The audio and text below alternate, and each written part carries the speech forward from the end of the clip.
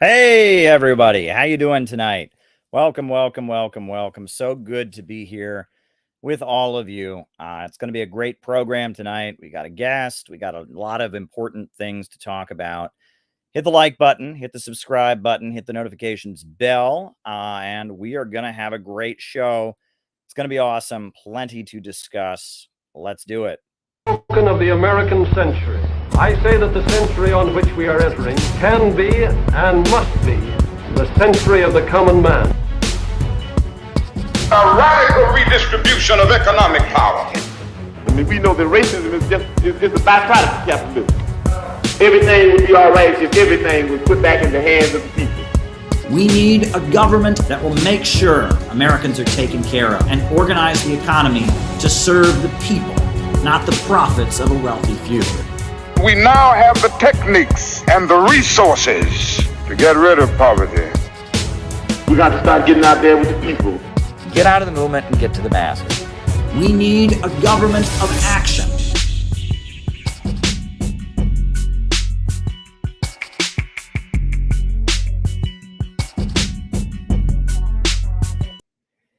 All right, folks, welcome, welcome, welcome. So glad to have you all here tonight. Plenty of great things for us to discuss. And we're going to have a guest on a little bit later. We're going to have Daniel Burke of the Schiller Institute is going to come on and give us an update on things that are happening. That'll be for most of the opening remarks tonight. But as many of you are probably aware, I'm having a little bit of a rough time. This is not an easy time to be an anti-imperialist in the center of the United States of America. And I want to just quickly kind of go over some of what has happened in the last few months. So you may not be aware, but the company that I work for, on paper, I am still an employee of RT America. But RT America was forced to shut down. And thank you for the super chat. Not random. I appreciate it. RT America was forced to shut down. We all received a notice of layoff. And the company that I work for shut down, and we've been getting severance pay. And on next Tuesday, I will be getting my last severance pay check from RT America. That's pretty big. The other thing that is worth noting is that, the Center for Political Innovation is marching ahead. Great things are happening, but we have been subject to just a vicious online smear campaign. They are doing everything they can to inoculate people against us, claiming that we're white supremacists, claiming that we're neo-Nazis, when we're none of those things. Our conference had a number of non-white people speaking. Mohammed, a local Muslim activist of Pakistani heritage, spoke. David Cedillo, leader of San Angelo Solidarity, gave an amazing presentation about his recent trip to Nicaragua. We had a number of trans people that were involved in the conference. We're not white supremacists. We're not neo-Nazis. We are a progressive left-wing organization. But regardless, these bread tube people have just been given loads of, I'm sure, lots of money on Patreon and lots of incentives to just go after us very viciously. They're claiming that my criticism of Hannah Arendt and the way she talked about the Holocaust, blaming it on average people, not the big corporations that funded Hitler, somehow that means that I'm a white supremacist, Holocaust denier. I mean, these folks are very, very vicious, very, very vicious.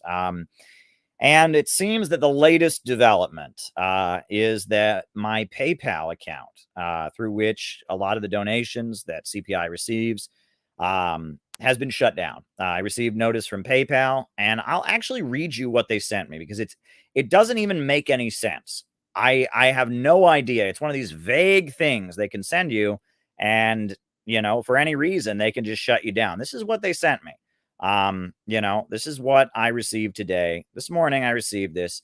The email, the subject line: "You can no longer use PayPal. You can no longer use PayPal. After a review, we decided to permanently limit your account as we found potential risk associated with it. As a result, we can no longer offer PayPal services to you. Any bank or credit card information that's linked to your PayPal account cannot be removed, nor can it be added to another account. You can still log in and see your account information, but you can't send or receive money. If you have funds in your PayPal balance, it will be held for 180 days. After that, we'll email you with information how to access your funds. Well, at the time that my PayPal account, and thank you everyone who's being supportive. Thank you very much. At the time that my PayPal account was officially shut down, there was about $249 in the account, and thank you, Don. I appreciate it. There's about $249 in the account, so that $249 is in limbo. I may hear in 180 days what's going to happen to that $249. But in addition to that, it appears that some of the donations we've been promised that were supposed to come to help us have our Chicago conference haven't materialized. So our Chicago conference is now on hold. The John Brown Volunteers are taking a break. I mean, they've been taking a break since Austin, but they were supposed to remobilize at the beginning of May in order to build our Chicago conference. That's on hold. Keaton is on his way back to Illinois. Some others are, everything's kind of on hold. Now we're still doing the Center for Political Innovation. We're still having our weekly Zoom calls. I'm still doing this program. I'm not going anywhere. If they ban me from this channel, you all know where to find me. And that's on Rockfin, mind you. That's on Rockfin is where to find me. You can find me on Rockfin. Let me repeat that. If they ban this YouTube channel, you can find me on Rockfin. That's where I'll be streaming. Rockfin will not take me down. But this is causing us a bit of a crisis, and I am a little bit worried. I'm still working for RT International. I'm filing reports. Just filed one this afternoon. Just filed one before. And I'm still working for RT International, but I am very concerned about the sanctions and how the sanctions may affect their ability to pay me. I know that the folks at RT are great folks, and I love to work with them, etc. But my concern is that sanctions may make it hard for me to be paid for the hard work that I do. I've worked at RT for years as a news reporter. I'm very proud of the work that I do.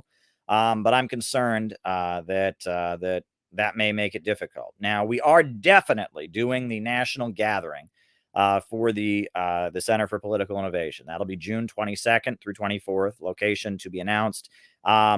We are definitely doing that. So that is not going to be called off. I think, we have the resources to do it. So that's definitely going to happen, the national gathering. But if you want to make a contribution, and I appreciate all the super chats people are sending, it's very kind and very appreciated. But probably the best way to send me a contribution right now is if you have Zelle, if you use online banking, if you have an online banking app, you have Zelle, you can just shoot me a contribution on Zelle at calebmaupin@gmail.com. I'm dropping it in the chat. That is the best way to send me a contribution. It'll come through immediately, and there's no fee. YouTube doesn't take their cut of it. Nobody takes anything from it. So the best way, if you really want to help me out, Zelle me at calebmaupin@gmail.com. That is the best way to help us out. But right now, it appears the Chicago conference is on hold, which is a big bummer because that team in Chicago was very excited to do it. We found a great venue that we were going to do it at. My good friend Paul, the folk singer, was coming into town, and a lot of things, and it's all just on hold.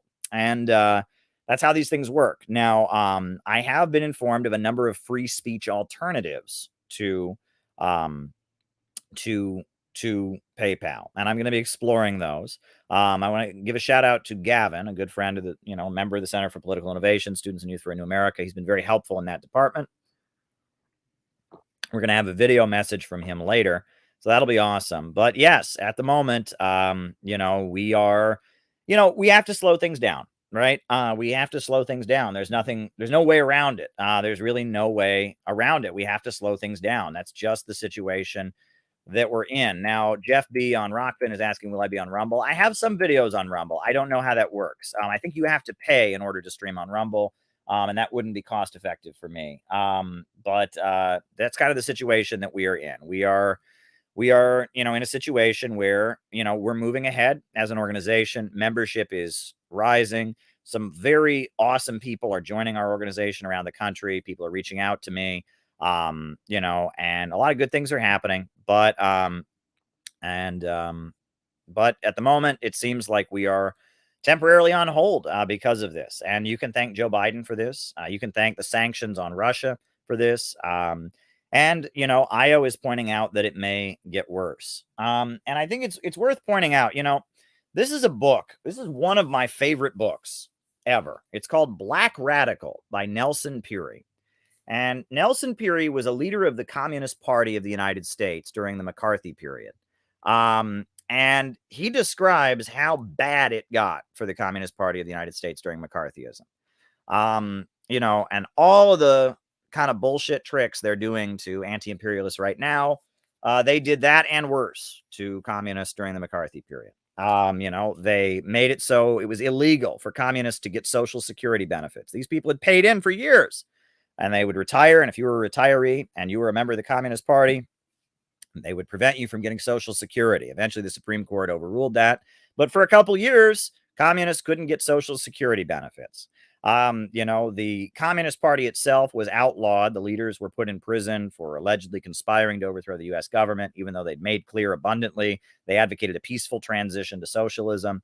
They actually passed a law at that time called the McCarran Internal Security Act that said in a state of national emergency, in a state of national emergency, they would put communists into concentration camps, and they commissioned the Department of Justice to create a list of 2 million subversives who would be put in concentration camps in a state of national emergency.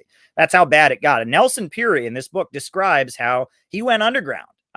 He got a new name and a new Social Security card, and he worked in a steel mill in Youngstown, Ohio, and he had a fake name. And every Saturday, he went to meet his contact at the public library.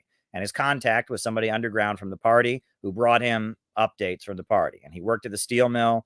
And if anyone ever asked him about communism, he pretended he didn't know about it. He didn't know anybody. He was just this kind of quiet loner working in a steel mill. So he worked in a steel mill under a fake name for years, waiting to see if things would change. And then one day he went for his meeting with his party contact in Youngstown, Ohio, and they didn't show up.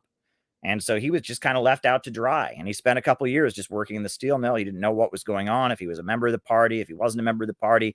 He didn't know what was going on. And it wasn't until Khrushchev gave his secret speech in 1956 and the Communist Party, he read in the newspaper that the Communist Party was having a public convention. It wasn't until then that he even met anybody from the Communist Party. When he read in the newspaper they were having a public convention, that they were able to function legally at that point again in 1957, he got on a bus to New York and showed up, and he's like, hey, what's the deal?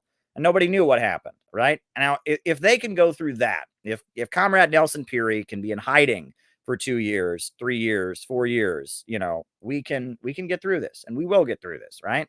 I mean, we don't know what's going to happen if I'm going to be continued to be paid for the work that I do with RT. My severance pay is about to end. At this point, the conference in Chicago is on hold. We had an amazing, dynamic, exciting conference in Austin, and we will have more conferences. We are going to have our national gathering. So yeah, if you want to send me a contribution, you can Zelle me. Just Zelle me with your online banking. Caleb Maupin, no spaces, periods, or anything, at gmail.com. That's the best way to contribute to help us get through these rough times. We are going to get through this, folks. Russia is a very big country. China is a big country, and they can't ignore the emerging economy that's existing. But, they are trying to unleash some chaos. So I want to thank you all for staying strong and not buying into the hype and not denouncing us for clout, which is what a lot of people do. They want to get clout on social media, so they throw mud at us. Thank you for not doing that. Thank you for standing strong and being tough. We're just going to keep doing what we're doing. And I'll probably be streaming a lot more if there's not conferences going on, if there's not, if I'm not trying to coordinate the John Brown volunteer outreach team. I'll be on here streaming probably a lot more. So that may be a minor positive, right? And if they take this channel down, you know where to find me. So next we're going to bring on a longtime friend of mine, a man who has run for Congress a number of times from New Jersey. We're going to bring on the great Daniel Burke from the Schiller Institute, and we're going to have a chat about important stuff. So welcome, Daniel. How are you? I'm good. Thank you very much for having me on, Caleb. Yeah. How you been? I'm great. I was really pissed off when I saw what they did to you and to CPI generally. And I want you to know you have my full support. And whatever we can do to move on, I want to help you do it. Absolutely, and I'm with you guys too, and they've pulled similar stuff on you. They've tried to Oh ban yeah. your YouTube channel, I believe, right? They've messed with the Schiller Institute's YouTube channel, right? Is that correct? Yeah, that's correct. They actually did it in the middle of, like, the day before our major conference back in November, I believe. All of a Unbelievable. sudden, it's gone. So Unbelievable. it's gonna keep coming. Yeah, yeah, and we gotta hold the line, and those of us who take an anti-imperialist position, those of us who believe in economic growth and wanna see people rise out of poverty, we gotta have each other's back, you know? And, we gotta get over this cancel culture that's infected leftist circles, and we gotta move on, and that's what we gotta do. And, I was proud to have you at our Austin conference. You gave a great presentation. It's being edited. It should be on YouTube very soon, about the Eurasian alternative and the World Land Bridge, I think. And you were on here. I think you were going to talk about some of the proposals and the research the Schiller Institute has done lately about security infrastructure. Is that right? You were going to talk about that? Yeah, I'd love to have a moment to go through that and see Yeah, what go your ahead. thoughts are in response. And I want to also thank you for participating in the April 9th Schiller Institute conference. And I invite everyone to watch that on the Schiller Institute YouTube page and to watch Caleb's presentation. But, I mean, where are we? NATO is at war with Russia, Mm-hmm. right? I mean, NATO is at war with Russia. It may be a proxy war, but an economic war. But as Lavrov stated, it is war. And I think it's extremely important. Take a look at the way that people are talking about this situation. John Mearsheimer has gotten a lot of attention recently, of course, because he made some predictions that this would happen.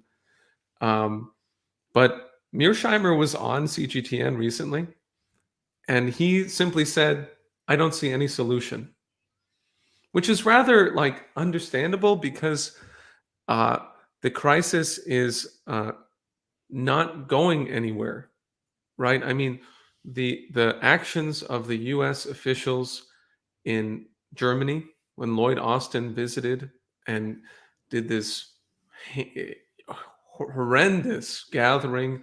I think 40 nations had representatives, uh, in which they just sort of said, "This is occupied territory. Germany belongs to NATO," and enforced through this kind of support from Germany for heavy weapons into Ukraine as against the prior policy. Um, this is There's no solution here. There's no intention of negotiation. There's absolutely there's gonna be a military solution according to Borrell of the European Union. This is There's no answer right now to the crisis. And doesn't it make you angry that they claim to care about Ukrainian lives while they're doing this? If you really cared about Ukrainian lives, you would want a ceasefire, right? I mean, it's all about, oh, we care about those poor Ukrainians. Then why can't you negotiate? Then why can't you sit down and try to bring the fighting to an end? I mean, that is beyond me. And how do people fall for this? We care about Ukrainians. That's why we're sending more weapons into the country. That's why we're going to back these neo-Nazi groups some more. That's why we're going to do everything possible to prevent a negotiated peace from happening. They don't care about Ukrainians. That's what people here don't seem to get. They have been setting the stage for a long-term war in Ukraine for half a decade. And it's now public information. The CIA has been in Ukraine. They've operated training camps for the Azov battalion and for the neo-Nazis.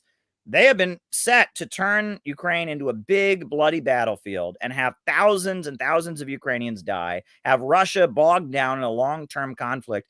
That's what they have set the stage for. And so nobody should believe them when they claim to care about Ukrainian lives. They don't. I mean, that should be abundant. Do you agree, Daniel?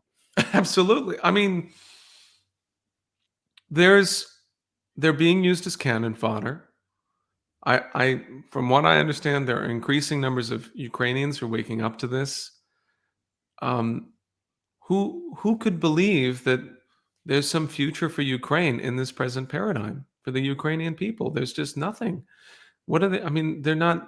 Their economy is being destroyed. The productive capability is being destroyed because of the failure to respond to the very necessary and sensible demands of Russia for denazification, for getting rid of Nazis, and for neutrality, and to stop the intended and continuing genocide of Russian-speaking people in the Donbass region and so forth.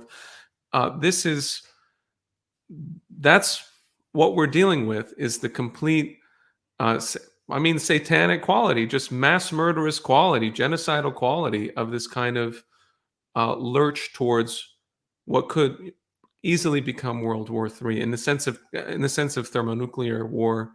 There's no reason to think that we could avoid that given the present policy orientation. So that's where we're trying to change things. Because when Mearsheimer was talking to CGTN on this case, he was talking to representatives, people who are representing a nation that just last week, just in the past 10 days, I guess, proposed a global security initiative. This was Xi Jinping's proposal at the Boao Forum of a new global security initiative to basically revive the principles of the UN Charter, or the principles, of course, that China abides by, of as first formulated by Zhou Enlai, of the 5 principles of peaceful coexistence, which really, emphasize mutual benefit. Win-win cooperation is, of course, one way to sum up that outlook. So the Chinese government has proposed to reorganize the world in a security standpoint, get rid of the blocks, the idea of NATO versus Russia and China. And what the Schiller Institute has done, we've been campaigning for that for decades and decades, and we have presently put forward a proposal, which was discussed at the April 9th conference, for really what would it physically take to bring this about, a new inclusive global development and security architecture. So, the real essential principles of this are going to require canceling the worthless debt in the City of London Wall Street bubble, the transatlantic financial system that is completely engorged with over $600 trillion in notional value of derivatives, at least that. It could be far greater than that. Just gambling debts. It's a casino economy. There's nothing there. And how is that so apparent? Well, because of this food crisis, the fact that the physical capability for people to live in the world is being viciously degraded, to the point that, already before the pandemic, you had 800 million people who didn't have enough food. Mm-hmm. And now there's a Chinese economist at the Chongyang Institute for Financial Studies at Renmin University, who is warning this could be 1 billion people who could face starvation. The food crisis, everyone can see it coming. Russian wheat exports are going to be blocked. Ukraine is going to produce about half as much wheat as they normally do. They're a major wheat exporting country. You've got Russian fertilizer being blocked from these sanctions from Joe Biden. And on top of that, you've got 6 U.S. states, I believe Montana and Kansas are among them, that are expecting drought and wildfires this coming summer. There is a global food crisis hanging over our heads. This is going to be a long, hot summer. Right now in New York City, the weather is pretty erratic. It's cold one day, it's hot one day. But once summer gets going, this is going to be a long, hot summer. And there are going to be a lot of crops that don't grow. And there's going to be a lot of hungry people all over the world. And what seems to be so horrifying about all of this is that normally in capitalism, right, you have the anarchy of the market where, people are just making profits and getting rich and you have this chaos where you have poverty amid plenty. But it seems like there is a particularly evil faction around Joe Biden that it's not that they don't have enough control to stop this. They do have control and they want this to happen. And that is utterly terrifying. There is a group of people that are basically trying to set the world on fire so that they can stay in control. It's like, this is almost like a controlled demolition, right? The building's old and it's falling apart. Well, you could fix it up, or you could just, pack it full of explosives and watch it blow. That's what they're doing. And it's utterly terrifying. It's just absolutely and utterly terrifying. And somebody's asking about the sudden food plant fires. Have you heard about this? That's another thing. I haven't really read carefully about it, but I would certainly be wary of things like this being suddenly blamed on, foreign actors who happen to be, Russia and China. So I would watch out for the way that these things are discussed, because Tucker Carlson is the one who reported on that and brought that to the national attention. And is he reporting about the idea that these nations could work together to feed humanity, that we could double food production if we wanted to, that the famines are man-made because we give in to the agricultural cartels that are dominating food production and the WTO? This is something exciting I can tell you about that gives you a sense of what may come from Russia, China, and India working together. The Indian representative to the WTO has been challenging the WTO just in the past few days, making the point that the United States and the IMF, the other sort of the G7, the other sort of major actors within the WTO are undermining the ability of India to feed humanity, to expand food production in order to get food out to the world where people are starving in so many locations. What does the WTO require? They require you to, to reduce production. Like, you can't have stockpiles for your population. That's bad for competition. They say that's not good for free trade. And now there's a good headline, or there's a good statement here that demonstrates what the State Department kind of line, what the WTO kind of line is. They claim that India is trying to use Ukraine war to justify subsidized crop stockpiling. What are they actually trying to do? They're trying to improve the conditions of their farmers and export even more food. India exports food. They're going to export even more to the world, and the WTO says that's actually not allowed according to our rules-based order. Yeah, well, recently there was just a huge rebellion among the farmers of India. And it was in response to that, I guess, going back to the Cold War, India had a government, at some points that was kind of social democratic and friendly to the Soviet Union. And it passed a policy where Indian farmers don't sell their goods directly on the market. The Indian government buys them at a set rate as a way to subsidize the farmers. And then the farmers are able to, the government then sells the food. And they got rid of that. And so these farmers are now being told they have to sell their food directly to Monsanto and all of that. So there was just this huge rebellion of India's farmers, and the Communist Party was involved. The Communist Party of India Marxist was involved. A lot of farmers of different nationalities and different backgrounds, and different ethnicities and religious groups were involved. It was this huge rebellion. And it kind of, it put Modi kind of on notice that this kind of free market reform that would leave a lot of Indian farmers out to dry wasn't going to be tolerated. And so that's interesting. I had I streamed about it. The first podcast I did with Harpal Brar, the Marxist theoretician from Britain, was about this very thing.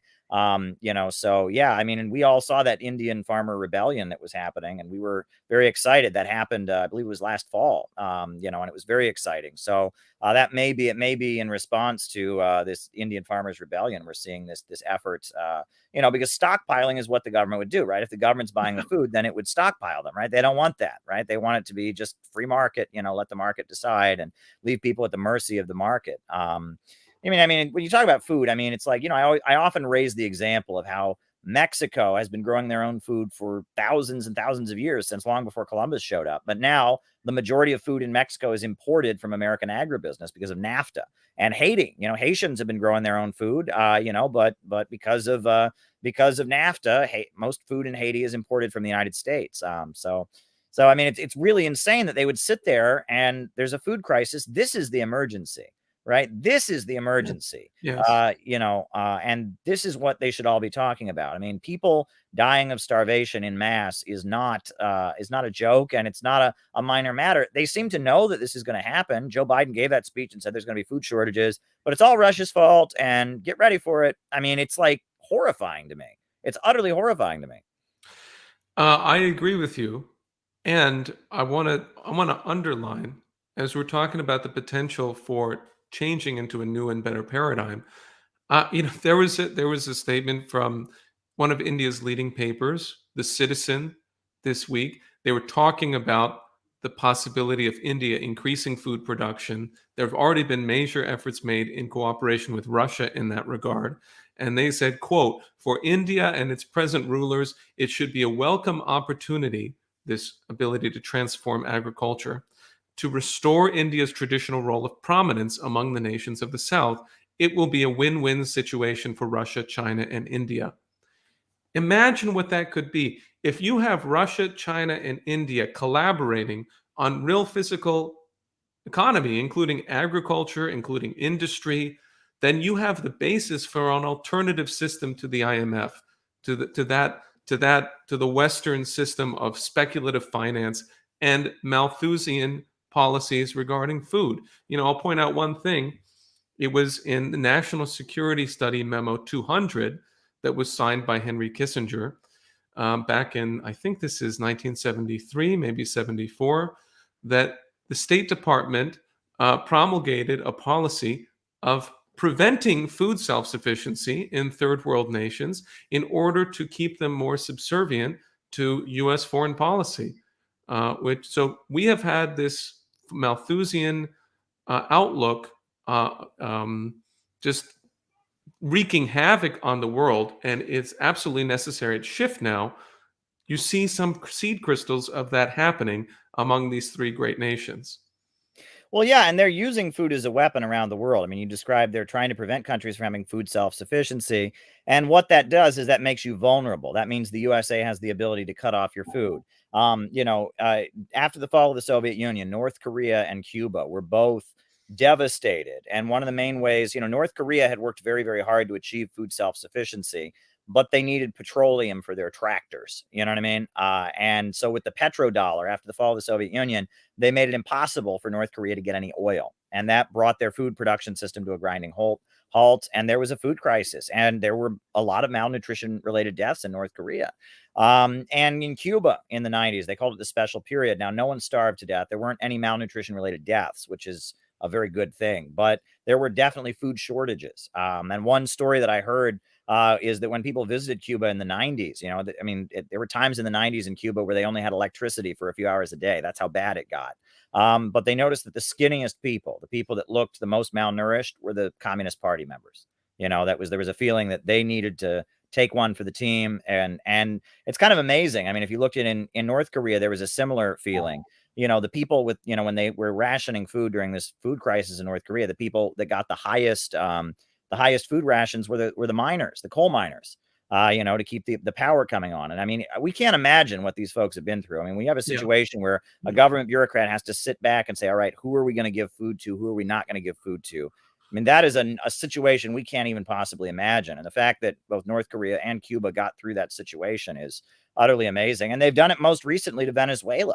Venezuela has been barricaded and they have, there's been deaths, at least 5,000 or 6,000 deaths caused by, the food blockade of Venezuela that was created by this. They're using food as a weapon of war. And this is all, the term man-made famine. That's what they tell us communists did.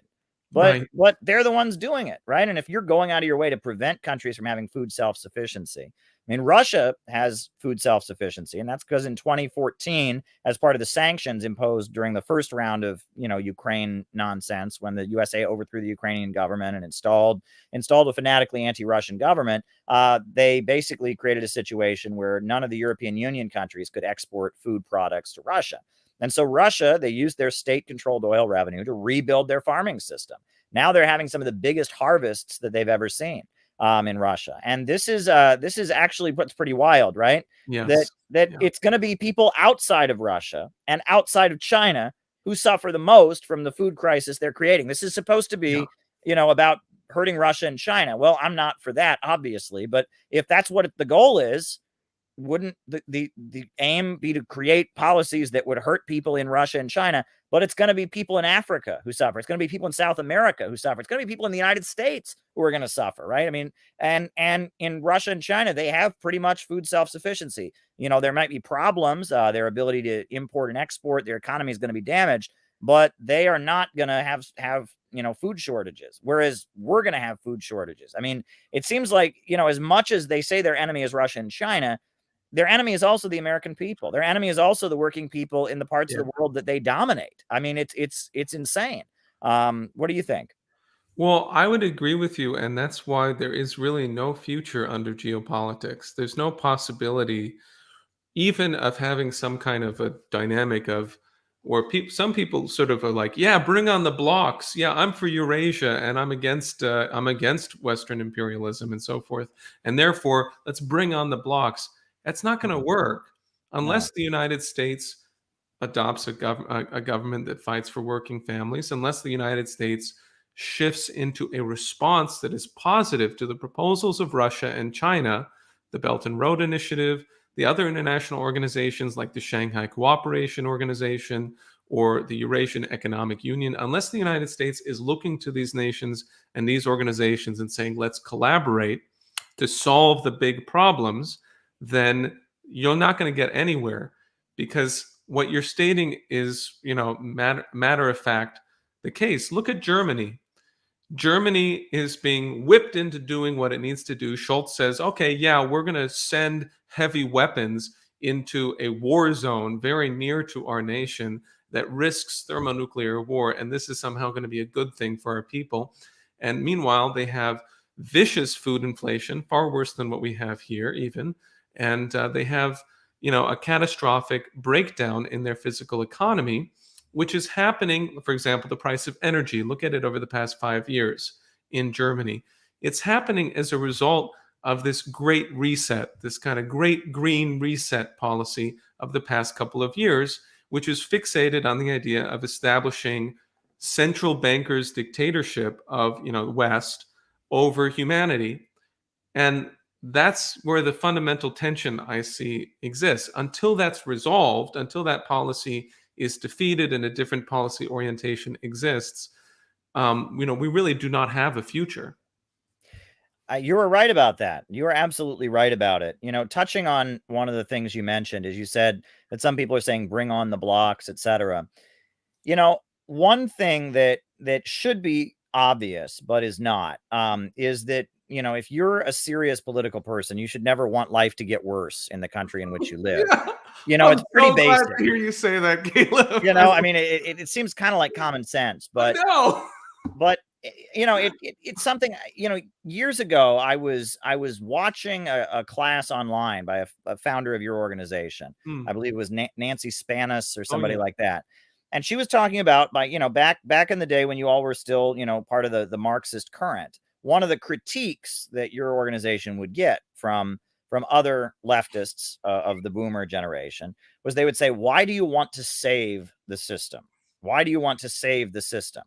Because they would look at these proposals that the National Caucus of Labor Committees would come up with. And they would say, why do you want to save the system? And it's funny because I remember hearing that critique of your organization back in 2008 as well, when during the financial crisis, your organization would get up and, at town halls and such with proposals to rescue the financial system. And I heard these old boomer leftists say, oh, the LaRouchites, they're always trying to save the system. And I look back on that and I think that's so naive. Why? I mean, it's you don't want to tear apart the lives of the people that you're fighting for, right? That the whole point is you're trying to make people's lives better with socialism, right? That's pretty basic, right? You don't go out and protest against a minimum wage because you think people will be hungry. This is pretty basic understanding, right? That you don't want life to get worse. And that you'll get that. You'll get people that come along and say, well, I want to make life worse because then we can have a revolution. Marxists have always pointed out that that's not how it works. That if life just gets worse and there's no resistance among the people, that's demoralization, and people get demoralized, right? And they don't resist, right? And that things get worse. Yes, if things get worse, but there's a huge apparatus of resistance, a mass movement of leadership that can go in and push back. Sure, that can lead to a situation, but bad things happening on their own don't lead to socialism. And that's the thing people don't get. It's just like, oh, things are just going to get bad and then everyone's going to revolt. Well, that's not how things work. People revolt when there's an alternative, when it looks like they can win, when they're fighting for something, not simply fighting against something. And I see a lot of internet leftists who haven't done any real organizing before. It's just kind of an internet it's an internet fantasy. It's an internet role-playing game they're playing. In their minds, they will say things like what you just said. Oh, bring on the blocks. This is great. Divide, let Russia and China separate from the West. It's like, no, this isn't good for anybody, right? And at the end of the day, we do only have one global economy, right? No country can really, and that's what all these people that are critical of globalization don't really understand, is that, at the end of the day, as much as countries have a right to have their own policies and fight for their own people, to reject like this open international system and neoliberalism, at the end of the day, they're still going to have to trade with somebody. I mean, that's just a fact. They're going to have to trade with somebody. And part of fighting for justice in the world is fighting for that trade to be done on a fair basis and having countries combine their strengths for the good of all mankind, right? And that seems to be missing from a lot of what I hear on the part of a lot of people that are leftists that are just kind of chronically online, right? And that's the thing, is I urge people to become part of a community. I urge people to do real work and activism, because when you do real work, when you have to go to the masses with policies, your policy can't be burn the country down. People don't want to hear that, right? If you are serious about engaging in political leadership, you need to offer solutions, one, that people can actually see being implemented, that aren't like crazy, far out wild things no one could ever see happening, and two, that would make their lives better if they were implemented. This is called serious politics, right? So there you go. What else is on your mind? It's music to my ears, okay? Because I've seen the same problem, and sometimes hyperinflation leads to Nazism. Yeah, exactly. So to presume that because things are going to get, people like to say this phrase, don't things have to get worse before they get better? Well, what are you going to do about making it better? Including, look at the character of the American population. Helga LaRouche is focused on the fact that there's this depraved indifference, that people don't care about the suffering of humanity, about the suffering of other people. Clearly, our leaders don't. Many of our people do. But generally, the popular culture is obviously the opposite direction. It asks you to treat human beings as, worse than animals, worse than dirt.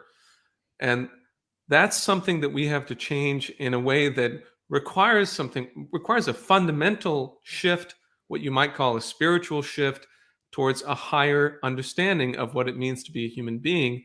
Lift yourself up to that standard. And I want to give you an example by reading from what Xi Jinping said about his global security initiative, if I may. Sure. He says, in today's world, unilateralism, excessive pursuit of self-interest are doomed to fail.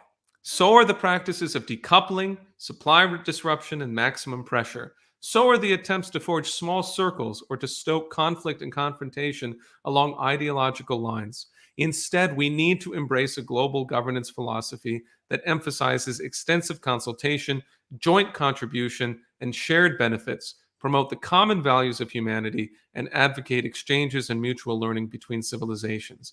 We need to uphold true multilateralism and firmly safeguard the international system with the UN at its core and the international order underpinned by international law. It is particularly important for major countries to lead by example in honoring equality, cooperation, good faith, and the rule of law. So I just want to, bring that forward, because look, there's an answer. There is a solution. It is not simply like you should be a voice in the wilderness calling for good ideas, which leaves you up to, you're railed against at every side by the cynicism that you see everywhere. It's that you have a plan coming from the most powerful government in the world, China, which is coherent with the kind of thing that would actually work. It's coherent with what should be the principles, what are the principles of our nation in terms of its actual founding intentions. And therefore, people should look to that and say, we can demand this now, and don't ask the pragmatic question of, but which congressman is going to go forward with this? Instead, think of yourself as a leader. It seems to me that that's entirely what your comment is pointing towards. You have to be the leadership. We're not trying to, don't point to someone else and say who's going to do it. Somehow we have to figure out mutually how to accomplish this. Absolutely. You are absolutely right about that. And, that's a great outlook. And I'm really honored to have been able to participate in that great conference you had at the beginning of April. And you guys are doing great work. And, your daily briefings, your news briefings that come out, that are up to date with everything going on. You guys are following this stuff when, it seems like the media has just dropped the ball. I mean, it's just, hate Russia all day long, Russia and Ukraine. I mean, what are they talking about now? I mean, politics, personalities, etc. There's a huge amount of distraction from like real issues that are affecting people's lives. People are suffering. The global economy is creaking and moaning and getting ready to come to a big collapse. And I mean, we have our work cut out for us. We have work to do. And I will say that, there's nothing more rewarding than being part of an organization that works hard to achieve real solutions. I mean, I will say that, and that's what I think if you haven't done that kind of work, you don't realize that. A lot of people hear guys like you and I on here and they think that's depressing. They're just talking about famines and war and all that. But if you're actually part of a group of people who are working together and feeding off of each other's energy to carry out a goal, to change the conversation, A mission, yeah. yeah, to make people think in a more productive way, right? To challenge people. Yes. It's very rewarding, right? And that's why I'm disappointed that our Chicago conference seems to be off at the moment, because our last conference, people walked out of there just really pumped up to do stuff, right? And we're still having our we're going to have our great event, our national training school on the 22nd, of June to the 26th. So we're going to try to keep going as much as we possibly can, but the imperialists are certainly going to make our lives hard and make it hard to do. But there you go. What else is on your mind, Daniel? Well, I want to. I'm going to respond to what you said because Okay, because I go really ahead. appreciate it. I mean, the question of organizing. I loved the pictures of CPI out in the street in Manhattan and also in Washington D.C. Representatives of CPI saying Wall Street is not your enemy. Excuse me, that's the opposite. Yeah. Putin is not your enemy. Wall Street is. Russia is not your enemy. Wall Street is. NATO is. NATO fascists are, if I recall correctly. Yeah. And passing out a leaflet on this. I think that's tremendous. I think it's extremely important for people who watch your program, who are members of CPI and so forth, and who are supporters of CPI, to get in there. Yeah, exactly. Like Charlotte, of course, a leader in that respect, and get out and talk to the average person and represent it, because so much of what's going on is just fear. People are afraid to speak up, and you have to give them an opportunity to do that. And then you go further. You're looking for some way to reach into institutions that exist. You're reaching out to people, journalists. You're reaching out to people who lead civic associations. You're reaching out to your local people. You're reaching out to national people, and you're trying to communicate to them. Now we have to change things, and I want you to do that. And that's part of leadership. And if you do that, then you're participating in creating a different United States. Yeah. And I mean, it's funny, but looking back on 10 years that we've known each other, I you can see that happening. You can see the different potentials growing. At the same time that things have been getting much worse in the large, there's this new opportunity coming. So Yeah. that's my response. But I'll say, let me transition to the next statement, which is similar to that. I want to alert your listeners to another case of mass censorship and attempt to shut down free speech, free elections. There's an enormous effort to shut down the ability of anyone to run for office in statewide office in New York. Right before Cuomo was forced out, he was one of the leading people who was involved in an effort to triple the number of signatures that you need to get on the ballot. Wow. And let me give you an example. I ran for U.S. Senate in New Jersey. I needed 800 signatures. Okay.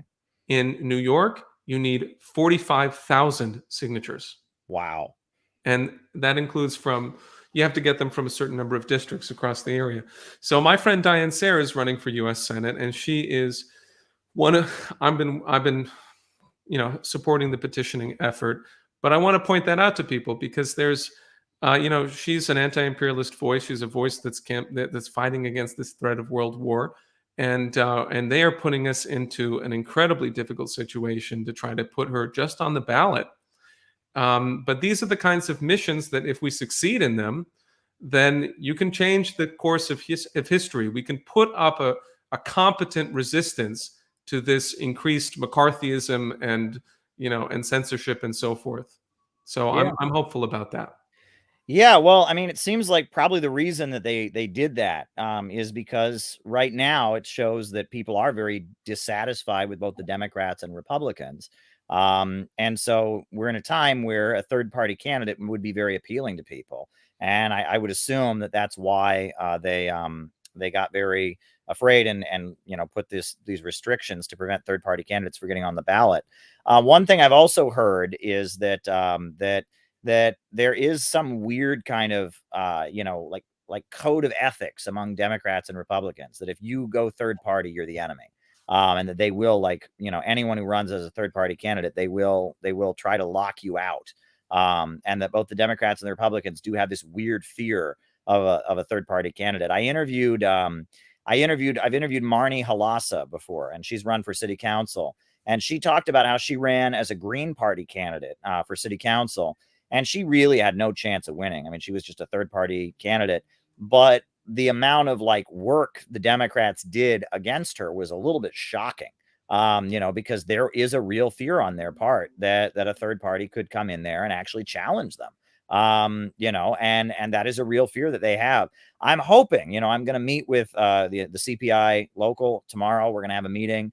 I'm hoping that in the future, your organization and my organization can have some kind of action to raise awareness about the global food crisis. We can be in the streets and just let people know about it, right? It's great that we're talking about it on YouTube and a lot of people are watching, but we ought to be in the streets about this because, I mean, it's inexcusable. Forget about Russia, forget about Ukraine. We're facing a global food crisis and our leaders are okay with that. That is something we can't let go. We cannot let that go. We have to scream that from the heavens, I mean, as loud as possible and demand that they do something about this. I mean, there's no alternative. We have to stand up to this. I really agree. And I look forward to that. Let me give the audience a little bit of, context for what's happening in this respect. So the average human being, or like what we need for the global population is that on average, we need about a half a ton of grain per year per person. And that includes what you eat and what the livestock eat that then produce other products that you eat. Mm-hmm. That's the basic standard. Right now, that would require about 4 billion tons of grain per year, right? Half of 8 billion people. Today, the world produces 2.7 billion tons of grain per year. So radically lower than what is required, viciously lower. And that's even before the whole process that we've been describing the past several months. So this circumstance is why we had 800 million people who were extremely food insecure back in 2019. Imagine the condition. I mean, if you think about it in broader terms, because you want to try to think about the idea of a total change in the paradigm. We've been so stuck in this 50-year decline. We've been stuck in this collapsing system that people don't even know what progress looks like anymore. They don't have any image of what that would be. But imagine that in the present world, EIR, Executive Intelligence Review, our publication, we published a report showing that if you look at the world figures for employment and unemployment, in fact, the real unemployment in the world is about 46%, because the figures that they give are not that high, but a very large number of people are actually counted as employed who are in the informal economy. Meaning that some days they work, some days they don't work. They work crappy jobs with absolutely no security. They're just doing things. They're doing things that are illegal. That is also part of it. That are completely destructive, or they're just in a condition that really brings about poverty. It just enchains them in poverty no matter what. So imagine that that's really the state of the world. And think back on the United States. Think back on people talk about the Great Depression. and perhaps there was 25% unemployment, vicious, terrible unemployment, people starving. That's what people, that's what my grandmother lived through. She knew about that. But that's happening on a much worse scale in the whole world, because the policy of colonialism, of empire, of the intentional prevention of economic development in countries all over the world, exactly the gig economy, the non-employment employment, right? But imagine that in a nation that is incredibly impoverished, like Guatemala, for example, or Haiti, or Afghanistan or Yemen. So I put that into terms, and then think to yourself, we need a global economic renaissance. And that's the kind of breakthrough that Russia, China, and India leading the world, as opposed to Wall Street and the City of London, could create. And then the United States could join that. Absolutely. All right. Well, Daniel, I want to thank you for coming on. You always have great insights. We see eye to eye on many, many things. And I will probably have you back on in 2 weeks. We've made this a regular thing. And we'll be in touch. Anything else you want to add before you go? Simply that on May 7th, the Schiller Institute is doing an international youth conference, and everyone who would like to join that is invited. You can go to schillerinstitute.com or visit my Twitter profile to learn more. But thank you very much, Caleb, for the conversation. Absolutely. And it was so much important information you shared. And yeah, we'll be much more in touch, because a lot of important work needs to be done now more than ever. Absolutely. Thank you, Daniel. Thank you. Yep. All right. That was Daniel. And Daniel is always great. He's really always great. We got a couple other things before we go to the roll call that I wanted to show. First of all, a good friend of ours named Gavin Lockhart. Gavin is a member of Students and Youth for a New America. He's a longtime socialist, an admirer of Gaddafi and Islamic socialism there. And Gavin Lockhart at his university, he just had a pretty interesting experience, but he was moved about it to make a video. So I'm just going to show you this video from Gavin Lockhart. He goes to college in Illinois, and this is what he just described.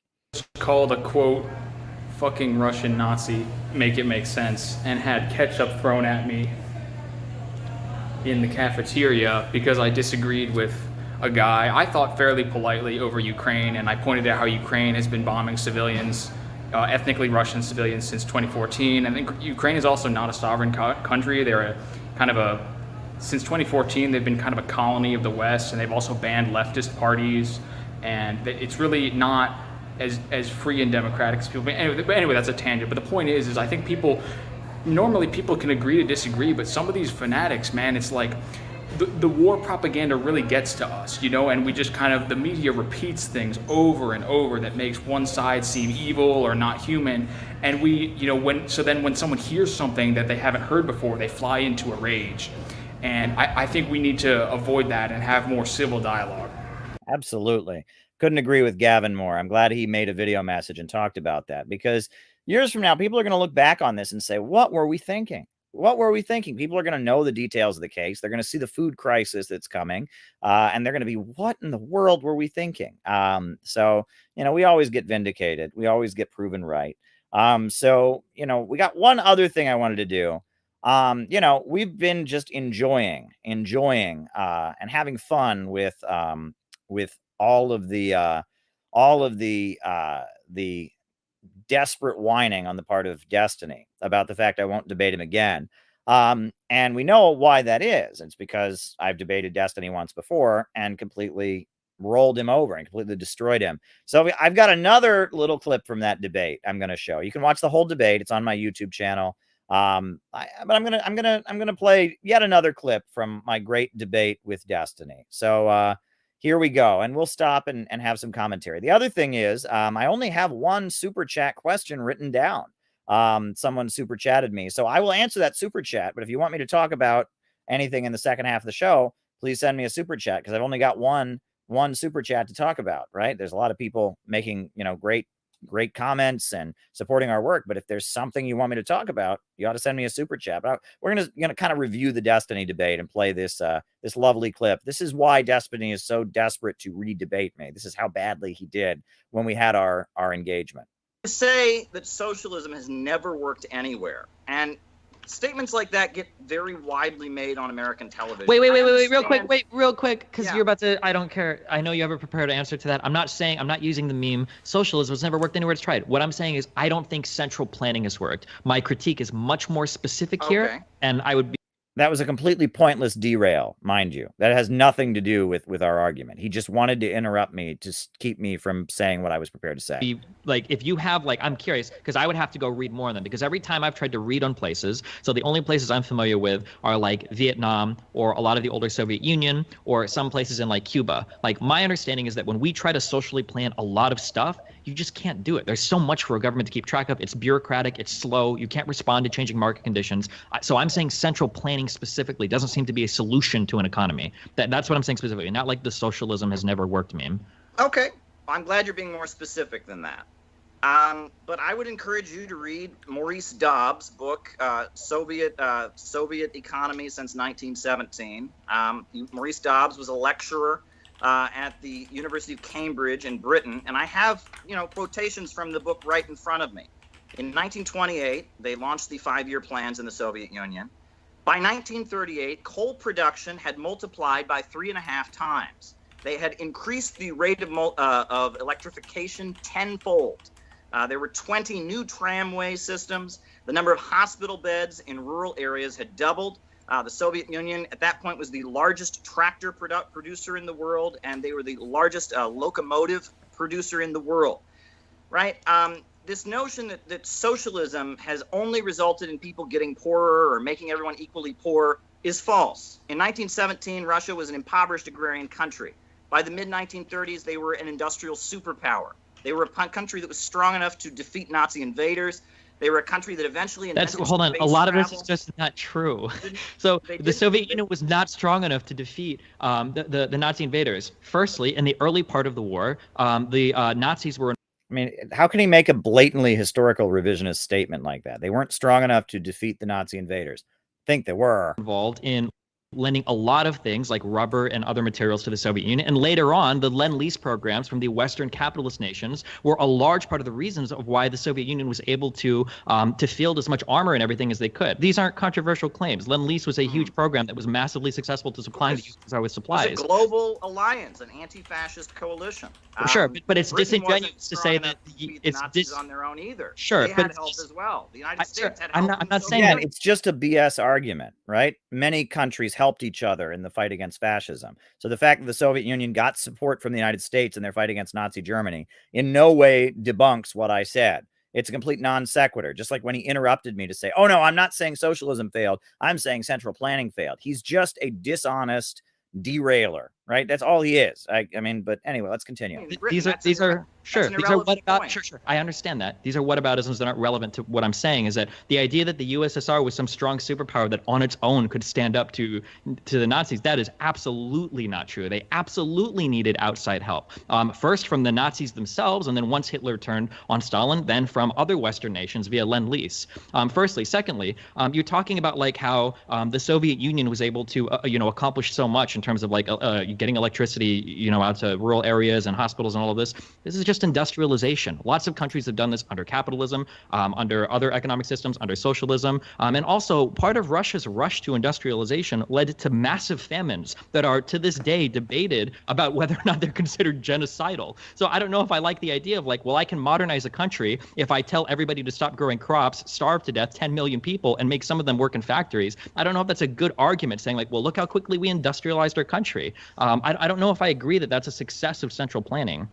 I think you can look all over the developing world today and see a lot of free market countries that have not industrialized and have not done what Russia and China both did during the 20th century, right? This notion that socialism never creates growth, it's never worked anywhere, all it leads to is people being poorer. Look at Russia in 1917. Look at Russia by the mid-1930s. Okay, hold on. We're back at Russia by the point. 1970s. Look at China in 1949. Look at China today, the second largest economy in the world. That's a big fat lie. And I am sick of hearing it because it contradicts reality. Socialism has raised countries up out of poverty. Meanwhile, all over the developing world, this is like literal. These are like still illiterate, where people don't have a basic electricity. right? I feel like I'm running down. Okay, let's I'm running down like a dialogue tree right now. I'm talking about central planning. I'm not. I understand that you've probably heard a million times socialism makes people poor or whatever. I would never make that claim. That's false. Well, no, but I would say that like the industrialization of the world. So much the same way when people say like, oh, capitalism is what's causing global warming. I don't think that's true. I think it's industrialization is what's causing global warming, right? We consume a lot of stuff. We produce a lot of emissions as a result of that. Like it's industrialization. When you talk to me about how, like, well, the living standards from the 1900s to the 2000s has increased. I'm not going to sit here and say, well, capitalism did that. And I'm also not going to say in socialist countries, socialism did that. Technological innovations, medical innovations, agricultural innovations, like these are the things that have driven a lot of this. So I'm not giving you the meme that socialism hasn't helped any country. I'm sure that we can find, whether we want to bring up Catalonia or other types of like smaller socialist societies that have existed and thrived for small periods of time. I'm sure we can find examples of that. What I'm saying is that central planning as a means of controlling an entire economy doesn't seem to be a realistic policy. If you want to talk more specifically about the USSR, we can, but I feel like that is not a good example for you to go to show off the successes of central planning when millions of people starved to death in that society as a result of central planning. I think millions of people starved to death prior to the Russian Revolution. As an agrarian economy, when there was a famine, people starved to death all the time. Now, you're talking about specific famines that took place, but prior to the Soviet Union, Soviet agriculture didn't have, or Russian agriculture and the surrounding countries, Estonia, Latvia, Lithuania, they didn't have tractors, right? It was the Soviet Union that mechanized agriculture. It was the Soviet Union that electrified the entire place. They actually had the biggest hydroelectric power plant in the world in 1931, the Dnieper Dam. The fact that you gloss over the transformation of a deeply impoverished country into a country that was a superpower and is widely acknowledged to be a superpower, and you just say, yeah, but there were a bunch of famines, so none of that counts. That's completely disingenuous, right? The whole world realizes what happened there, and the whole world realizes what's happened in China. And furthermore, if you want to see countries that have been part of our global free market capitalist system and how they've flourished, take a look at Haiti. That country has NAFTA-style trade agreements with the United States. People eat dirt mixed with oil, right? The amount of poverty there is pretty big, right? And that's a free market country. But no one ever says Haiti's problems are because of capitalism. But all of Venezuela's problems are because of socialism. Take a look at Nigeria. This is the top oil-producing country in Africa. They have been doing business with Chevron and Shell Oil for decades, right? I mean, if oil and wealth and selling on the market would make them prosperous, they'd be a wealthy country. Their life expectancy is only 59. The rate of illiteracy the rate of literacy in terms of population that can read is not even 60%. Right? The unimproved drinking water rates. Take a look at what the CIA World Factbook says about Nigeria, the top oil-producing country in Africa. That's what the free market has to offer, right? Free market capitalism is not industrializing countries. Why don't you compare India to Russia and China, for example, right? India did not have a socialist revolution. It had a nationalist revolution. It got its independence from the British. That was a good thing. But it did not have socialist construction or central planning. And compare it to Russia and China throughout the 20th century. Compare the conditions of the people in India to the people of Russia and China, and you can look pretty clearly there. And in fact, a lot of the industrialization that has happened in India happened because of the Soviet Union and China, right? It was the Soviet Union built steel mills in India. China is now doing a lot of business there. So this notion that capitalism is industrializing countries. You can talk about the Asian tigers. I'm happy to address the Asian tigers. That's an example. But, all these immigrants that are pouring into the United States on the border right now, countries like Honduras, free market, capitalist country, where there are people that don't even speak Spanish, people don't have running water, people don't have electricity, Guatemala, take a look at Mexico. These free market countries have been looted and destroyed by international corporations, whereas countries that have central planning have raised people out of poverty, they've industrialized, they've electrified, they've wiped out illiteracy very consistently, despite the problems. And there are big problems. I don't deny that. Okay, so I obviously I don't know the history of every single government in the world, but like based on some of the examples that you've given, I'm like incredibly suspect of the other examples that you have given. So like when you talk about like people don't blame Haiti for capitalism, but they do blame Venezuela, right? My understanding of Haiti is there are a lot of corruption problems that exist within that government. It's not literally just they tried capitalism and it's ruining the country. But then people do blame Venezuela. Well, that was because Venezuela like very specifically started to make socialist pivots pivots in its economy. It started to nationalize more industries. It started to wait. Which part of that do you disagree? Do you disagree that they were expropriating industries? Do you disagree that they tried to hardcore set price control? The rate of state ownership in Venezuela is actually much lower than the rate of state ownership in China. Other than wait. Oil, How is that a response? No. You wouldn't compare the state. Oil, very little is nationalized, and I've been to Venezuela, and one of the biggest problems they have is that their economy is entirely centered around oil. And when the oil price dropped in 2014, that caused a huge amount of scarcity. They need to have, farms there. They need to have steel manufacturing there, and they don't have it. If they had state farms and all of that, they'd be in a much better shape. Okay. If you want to at a future debate, I would love to come back and talk about Venezuela, because I am positive that your assertions there, that it was just because oil collapsed, that's why that country fell apart, is absolutely not true. And that no person that has been involved. Is a big problem as well. No, not corruption, that it was very specifically. Okay, it was very specifically pivots towards trying to socialize or nationalize or expropriate parts of their economy to set incredibly restrictive price controls that caused capital industry to flee that country, that caused some firms to no longer produce goods there or provide goods for its people. This is one of the large reasons why Venezuela fell. It's not just because oil prices fell a little bit. You don't see other OPEC countries. An oil-producing country, a huge oil-producing country, bigger oil reserves than Saudi Arabia, than I've heard. The oil prices drop, and at the same time, they suddenly start having big economic problems, but it's unrelated. It's all just because they believe in socialism too much. That's what you're saying? Oil price drop of 2014 was dramatic. At that point, you could buy a family meal at Kentucky Fried Chicken that would cost more than a barrel of oil. The petroleum sector accounts for roughly, sure. So I'm just looking this up. Sure. I'm looking this up on the fly because I know you're very incorrect. The petroleum sector accounts for roughly 87. He knows I'm wrong because the mainstream narrative is always right. He's looking it up on the fly because he knows that U.S. mainstream media never lies, and that anyone who disagrees is just an evil conspiracy theorist. Do you hear that? I know. 1% of Saudi's budget reserves, 90% of the export earnings, and 42% of GDP. That's petroleum in Saudi Arabia. And Venezuela, oil is. Saudi Arabia had big economic problems as well. Saudi Arabia didn't have pictures of families eating rats off the street because their economy tanked so hard. I don't have people not allowed to from Saudi Arabia crying that they're in the country that are guest workers, slaves. Saudi Arabia, you couldn't take a picture like that, and Saudi Arabia has had big economic problems during that time. Sure. Okay. So look, I'm very curious. I'm just curious. Nigeria had problems. Oil-producing countries all suffered as a result of 2014. They did suffer. Go ahead and let Destiny. Go ahead and get your point in. The fact that Venezuela didn't. Are you going to make the claim that Venezuela suffered just as much as every other OPEC country did when oil prices fell? Is that the claim that you want to make? No. So why Venezuela also suffers from sanctions from the United States. Venezuela also has big problems with corruption, and they also have the problem that they don't have. You said that the problem was they already had steel manufacturing. They already had big farms. No, the problem is they don't have it. It's a one commodity economy. Why is that relevant? Why does that matter? You don't need to produce every good that your society consumes. If your entire economy is centered around oil, right, and you are importing all of your food and products, and then you get sanctions imposed on you, and yes, there are big problems there, and they've manifested themselves, and I think it's interesting, though. Now, you acknowledge, what I think is interesting about your Venezuela narrative is the narrative I normally get from people about Venezuela is that everyone has been poor and starving ever since they had socialism there, and that proves communism always fails.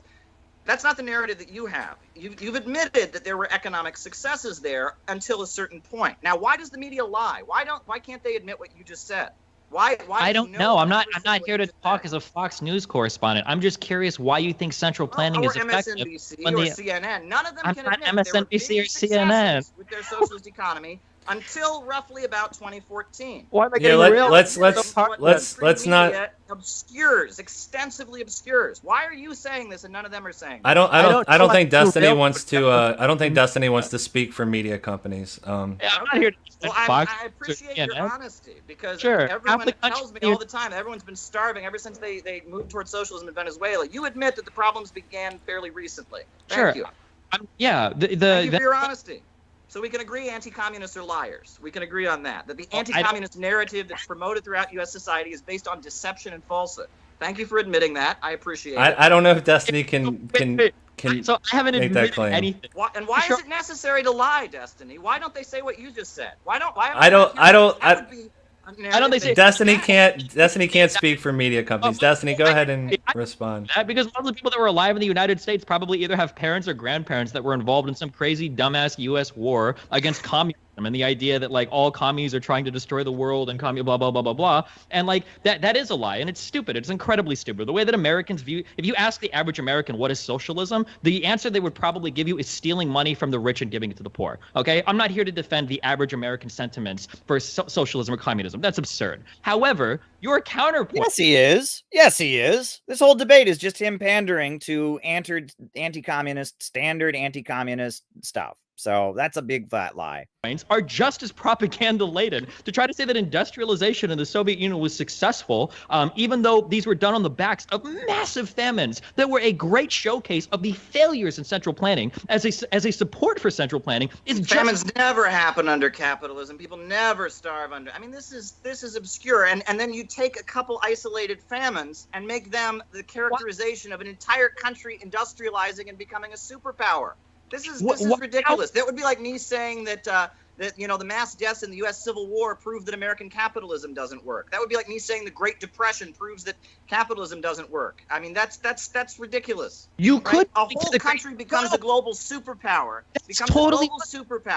invents space travel, electrifies the entire place, is building some of the biggest hydroelectric power plants in the world. People that lived in huts are suddenly living in modern apartment buildings with electricity, but none of that counts because there was a famine along the way. That is absurd. I'm not saying miracles took place. The whole world was trying to be like the Soviet Union at that point. The only miracle is that there are still Ukrainians and Kazakhs alive today to talk about how horrible central planning under the Soviet Union was. I mean, like, that's a miracle that like some people actually survived some of those famines. They were being executed if they tried to leave their starving district after the Soviet. Okay. I don't want to. Every former socialist country of Eastern Europe, polls overwhelmingly show people saying life was better.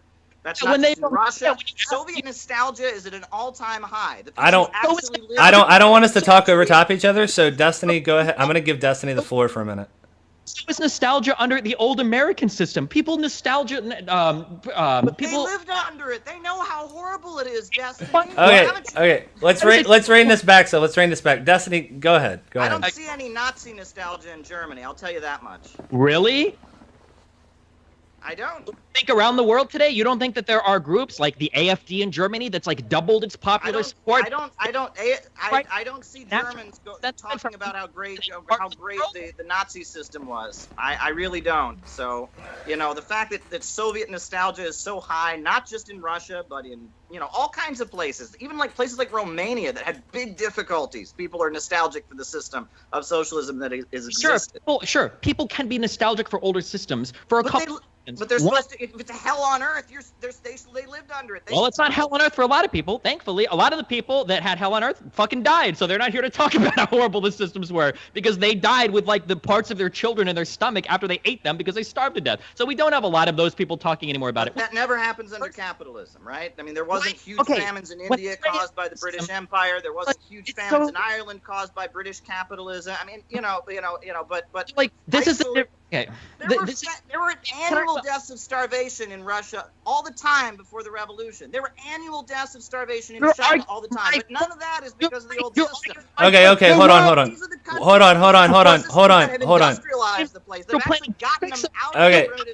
Okay. Destiny, why? This is absurd. Caleb, Destiny, why is he arguing your point for you? Because saying that, there were massive famines in the Soviet Union, which a lot of them weren't as bad as the ones that happened in Ukraine and Kazakhstan, saying that there were famines before central planning, and then saying they were there after central planning, that's my argument. Yeah, central planning. So I don't know. It was central planning that mechanized agriculture. They got them out of those situations. It was central planning that actually cured these problems. It was central planning that made China, instead of being a sick man of Asia that has mass impoverishment and mass famines all the time, into being the second largest economy in the world. You're blaming the system that cures famines and cures these problems, even though it takes a while to do it, perhaps. They are the ones that actually are responsible for the industrialization. You're blaming them for something that happened under your system all the time. I'm not. When the British controlled China, there were famines all the time. Okay. And with communists in power in China, they have become the second largest economy on earth. They have wiped out poverty the IMF and the World Bank is praising everything that they have done, but you blame them for what? I mean, this is ridiculous. This is a ridiculous double standard. Okay. Okay. Go So ahead, firstly, it's not. You can't pivot to saying what about capitalism every time I bring up an issue with your system. This isn't strengthening your arguments. It is a hardcore non sequitur. It feels like when I argue with conservatives and I say, hey, Donald Trump's foreign policy is absolutely fucking horrible, and then somebody says, well, what about Obama's foreign policy? Yeah, that was horrible too. What do you expect me to say? Do you sit here and expect me to defend when people starve to death or can't find houses in a capitalist system? These are massive failures within my system. The difference is that, one, I'm not married to capitalism as some like emotional point that it's like part of my personality. Like I don't give a fuck about capitalism. If there are better economic systems that work, then move us there. I am all for that. So in your 4-point plan, of which we're only at point 2 of, when you talk about things like rebuilding our crumbling infrastructure, pouring money into public projects like that is great. It gives people jobs. It makes our public utilities more accessible. Hopefully it makes it so things like Flint, Michigan don't happen again, which are horrible. A country of this much wealth should not be pumping lead into fucking children. That is absolutely fucked up. So if you're going to sit here and say, well, there are failures of capitalism, yeah, of course I'm going to agree with you. I'd be an idiot not to. I lived under a lot of those failures. But it's not fair when I say, hey, your system failed to address this or failed to do this, for you to point and go, well, these are still some problems under capitalism. Sure, but we're not having everybody in the state of Arkansas or Texas die because of some famine and then killing people when they try to escape the country. Somebody finds out about it, right? These are, one, there's a difference in scale, and two, I'm not claiming that capitalism on its own in the purest, most libertarian pipe dream system will fix all of these problems. Capitalism needs to be heavily regulated. The profit interest doesn't always work in the public favor. But I don't think you can just say, well, because there are problems with capitalism, let's try central planning, when central planning has not effectively worked for any economy ever. You even brought up India earlier as an example that failed for a long time under central planning and only started to boom and develop when economic liberalization started to take place there. So it's not fair for you to say like, oh, well, central planning can work because there are problems in capitalism. That's not an argument. Well, that's not my argument. My argument is economic miracles happen because of central planning, and you don't credit them because there were hardships also. That's my argument. In 2004, the head of the World Bank, Robert Zoellick, said, quote, between 1981 and 2004, China succeeded in lifting more than 500 million people out of extreme poverty. This is certainly the greatest leap to overcome poverty in history. But it doesn't count because there was a famine, according to you, right? That doesn't matter. 800 million people lived out of poverty. Well, there was a famine in the 60s, so therefore it doesn't count. This is ridiculous. This is ridiculous. Your argument is you are taking problems in socialism and painting them as if they are the entire socialist experience. And I'm saying socialism has resulted in huge successes, and there have been successes of central planning. And you are obscuring that and denying that. And then you're pointing to the problems in socialism, and I'm pointing out that these very problems you list are probably more prevalent under capitalism. That's what I'm saying. And that's so I'm kind of curious. So the first huge central planning didn't improve things. And I'm pointing out, yes, it did. And the things that you're faulting central planning for happen far more frequently under capitalism.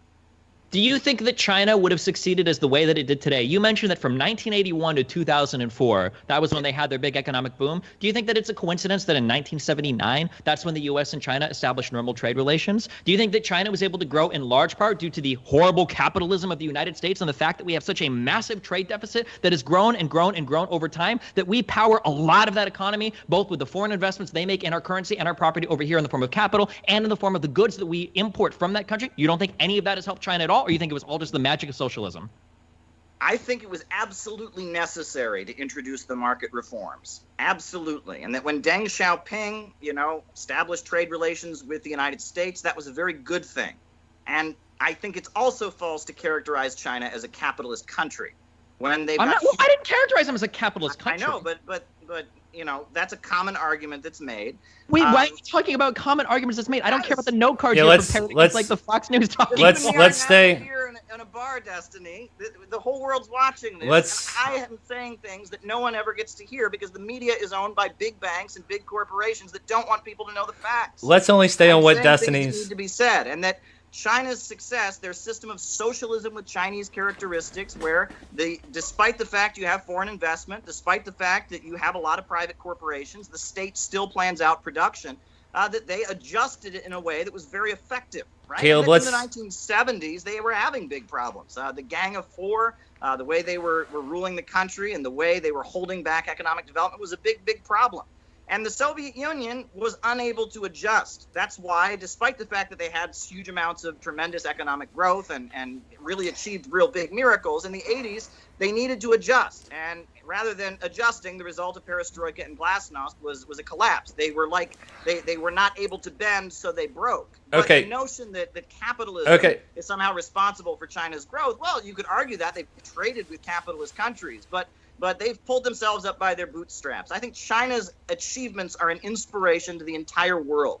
What they I'm have kind of achieved. Caleb. Let's only address points that people are making, and not like a hypothetical. So Destiny, go ahead. I'm very curious. So like, because we talk about how like people are dying under capitalism due to hunger and whatnot, right? So we have had millions, tens of millions of people die in the USSR due to famines. Millions of people died under Maoism. Has this happened under capitalist countries, like that are major superpowers that aren't like these very tiny, very small, African countries? Has like the United States or Great Britain experienced like these same types of like mass famines or mass starvations as like some of these like socialist countries? May I speak? Go for it. Prior to 1917, prior to 1949, China was one of those poor countries. You're missing the point. The global capitalist system keeps these countries in those situations. That's the point, right? Okay. You're missing the point entirely. A major country. These countries are not major countries because of capitalism. You're missing the point entirely, right? You're missing the point entirely. Okay, Destiny, if you'd like to, I'd like us to move on to point 3, and let's stay point by point and not go off on tangents. So, Caleb, if you'd like to state point 3, and then we can Destiny can respond. I didn't plan this out for this to be me going over some 4 proposals I have. I think we're having a great debate here, and we're getting the essence of what we need to talk about. So, I have no desire. If you want to keep going over the merits of 4 points I recommended, please do. But I have no commitment to this style of debate. I'm happy with what we're doing. Yeah. So that debate that I had with Destiny, there's 2 things there. Number one, it shows you just how slimy he is, right? And I handled it very well. I think I ripped him to shreds. He just kept appealing to people's bias, and he just kept being deceptive and dishonest, and I kept ripping it to shreds, and he just won't acknowledge that socialism turned Russia and China into superpowers, which is an absolute fact, and he keeps trying to cling and appeal to people's standard narratives, and I completely wiped the floor with him, and I have no desire for a rematch with him. It's interesting, I see a lot of people in the chat talking about the moderator. Moderator is Faraday Speaks. His real name is Caleb Kane. And Caleb Kane, Faraday Speaks, he's an ex-alt-writer who was featured in the New York Times, former member of the alt-right. I made fun of him in the BreadTube book because he is a protege of Steve Hassan. Steve Hassan, the cult guru, has worked on him, has been kind of a mentor to him and advised him. And his story about how he went from being an alt-right white supremacist to being a lame defender of the liberal order and establishment now is pretty pathetic. And many people commented that during that debate, he did a really, really ridiculously biased job. I'm there, arguing. Destiny continues to interrupt me with non sequiturs. Oh, I didn't say socialism failed. I said central planning failed. Oh, I didn't say China was capital. Just any level of dishonesty, any intellectual trickery. If you watch that clip, it's very apparent that Destiny is not an honest actor. He's a shill. He was a libertarian, and then he found out there was money in being an anti-Trumper, and now he knows there's money in being anti-Russia. He's just a con artist and a grifter who doesn't really believe in anything. And he does not argue in an honest way. A lot of that debate is not worth watching because it's him trying to get me to lay out an elaborate blueprint of a communist United States, which I refuse to do because that's not scientific. If you read Socialism, Utopian, and Scientific, that's not what Marxists do. We don't lay out elaborate, complex, specific blueprints. We mobilize the class struggle so that the working people can come to power and socialism can emerge from the contradictions of capitalism. And he refused to accept that. No, he wanted a complex blueprint so he could take it apart, which I wasn't going to give him. Destiny's not an honest actor, but these clips are fun. It's fun to review these kind of things because he's just not an honest actor, and I destroyed him already. So why in the world would I rematch with him? Why would I rematch with him? Why? What would I gain from rematching with him, right? And that shows you just how dishonest and slimy these people are. I mean, Destiny is a really, really slimy, dishonest actor, and that comes across if you watch these clips. But anyway, folks, we've gotten quite a few super chats, so I have plenty to talk about in the second half. But if you do have something else you want me to talk about in the second half, keep it coming. Dorothy Healy. Oh my God, I can talk about Dorothy Healy. All right. Dorothy Healy. But yeah, like I said, the best way if you want to send me a contribution is to Zell it to me. I'm typing it. I'll put it in the chat. Contribution. If you have online banking, you can just Zell me a contribution. CalebMoppin@gmail.com. That's probably the best way to send a contribution now that we're banned from PayPal. And look, we're doing the same thing that William Z. Foster was doing. We're doing the same thing that Gus Hall was doing. We're doing what the Communist Party used to do, what the Communist Party would be doing if they were a real party. And that's why they're going after us in the same way, just like they banned the Social Security benefits of the Communist Party members who were retired, just like they, forced the Communist Party to go underground. Yes, I am going to cover the super chats. They're all typed and written down. Super chats are always welcome, but if you wanted to just give a contribution, the best way to send a contribution is with Zelle, CalebMoppin@gmail.com. That way, YouTube's not taking a fee from it. That way, it just goes straight to me. Now that we're banned from PayPal for speaking truth to power. So I'm going to start answering. Oh, I guess we got to do our roll call first. We got to do our roll call. So names and locations. I will call you out as I see you. Names and locations. Who's with us tonight? Names and locations. I will call you out as I see you. Then we'll start answering super chats. We got Rice from Adelaide, Australia. Very, very good. Very, very good. We got Balthazar in Oakland. Great. Excellent. Excellent. We got Ryan in Oakland, Char Darling in Nassau County, Lionel in Victoria, Australia, Scott in Victoria, Scott. I clicked on Scott and then he went away. Kendall in San Diego, Javier in Queens. We got Io Hillary in New York City. We got Claire in Minnesota, Antonio from Tasmania, Calgary, Canada, Elizabeth from Virginia. Shout out to you, Nathaniel from Washington, San Francisco, Chris Morlock, Cheyenne from Oklahoma.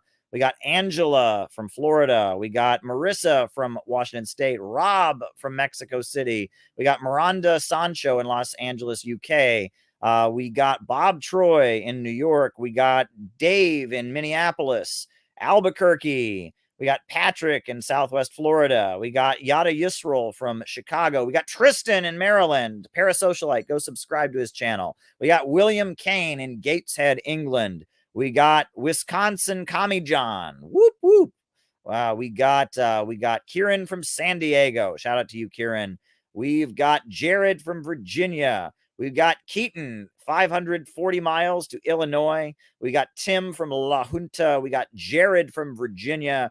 We got Putin in Kiev. We got Steve in Southwest Michigan. We got Steve and Ann Ringgold in Georgia. We got Mohsen from Iran. We got John Whitty.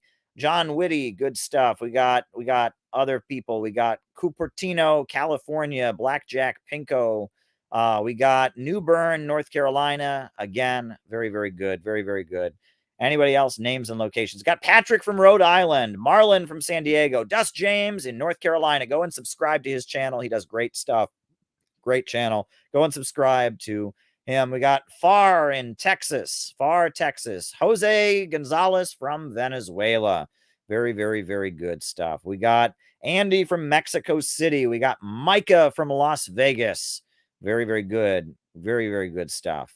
Very, very, very good stuff. Good stuff to have people here. Great stuff. All good. All good. We got Ferris from England, Bromley and Kent. Ice from Iceland. We got Adam from Shanghai, China. All right. Randy in Oregon. Green Spacer. Jaya from Malaysia. Bendu from American Autopsy in Delaware. And I am going to come on your program. We're going to figure this out. I want to come on your show. We'll figure that out. Yeah, great channel. Go and subscribe to American Autopsy. Great channel.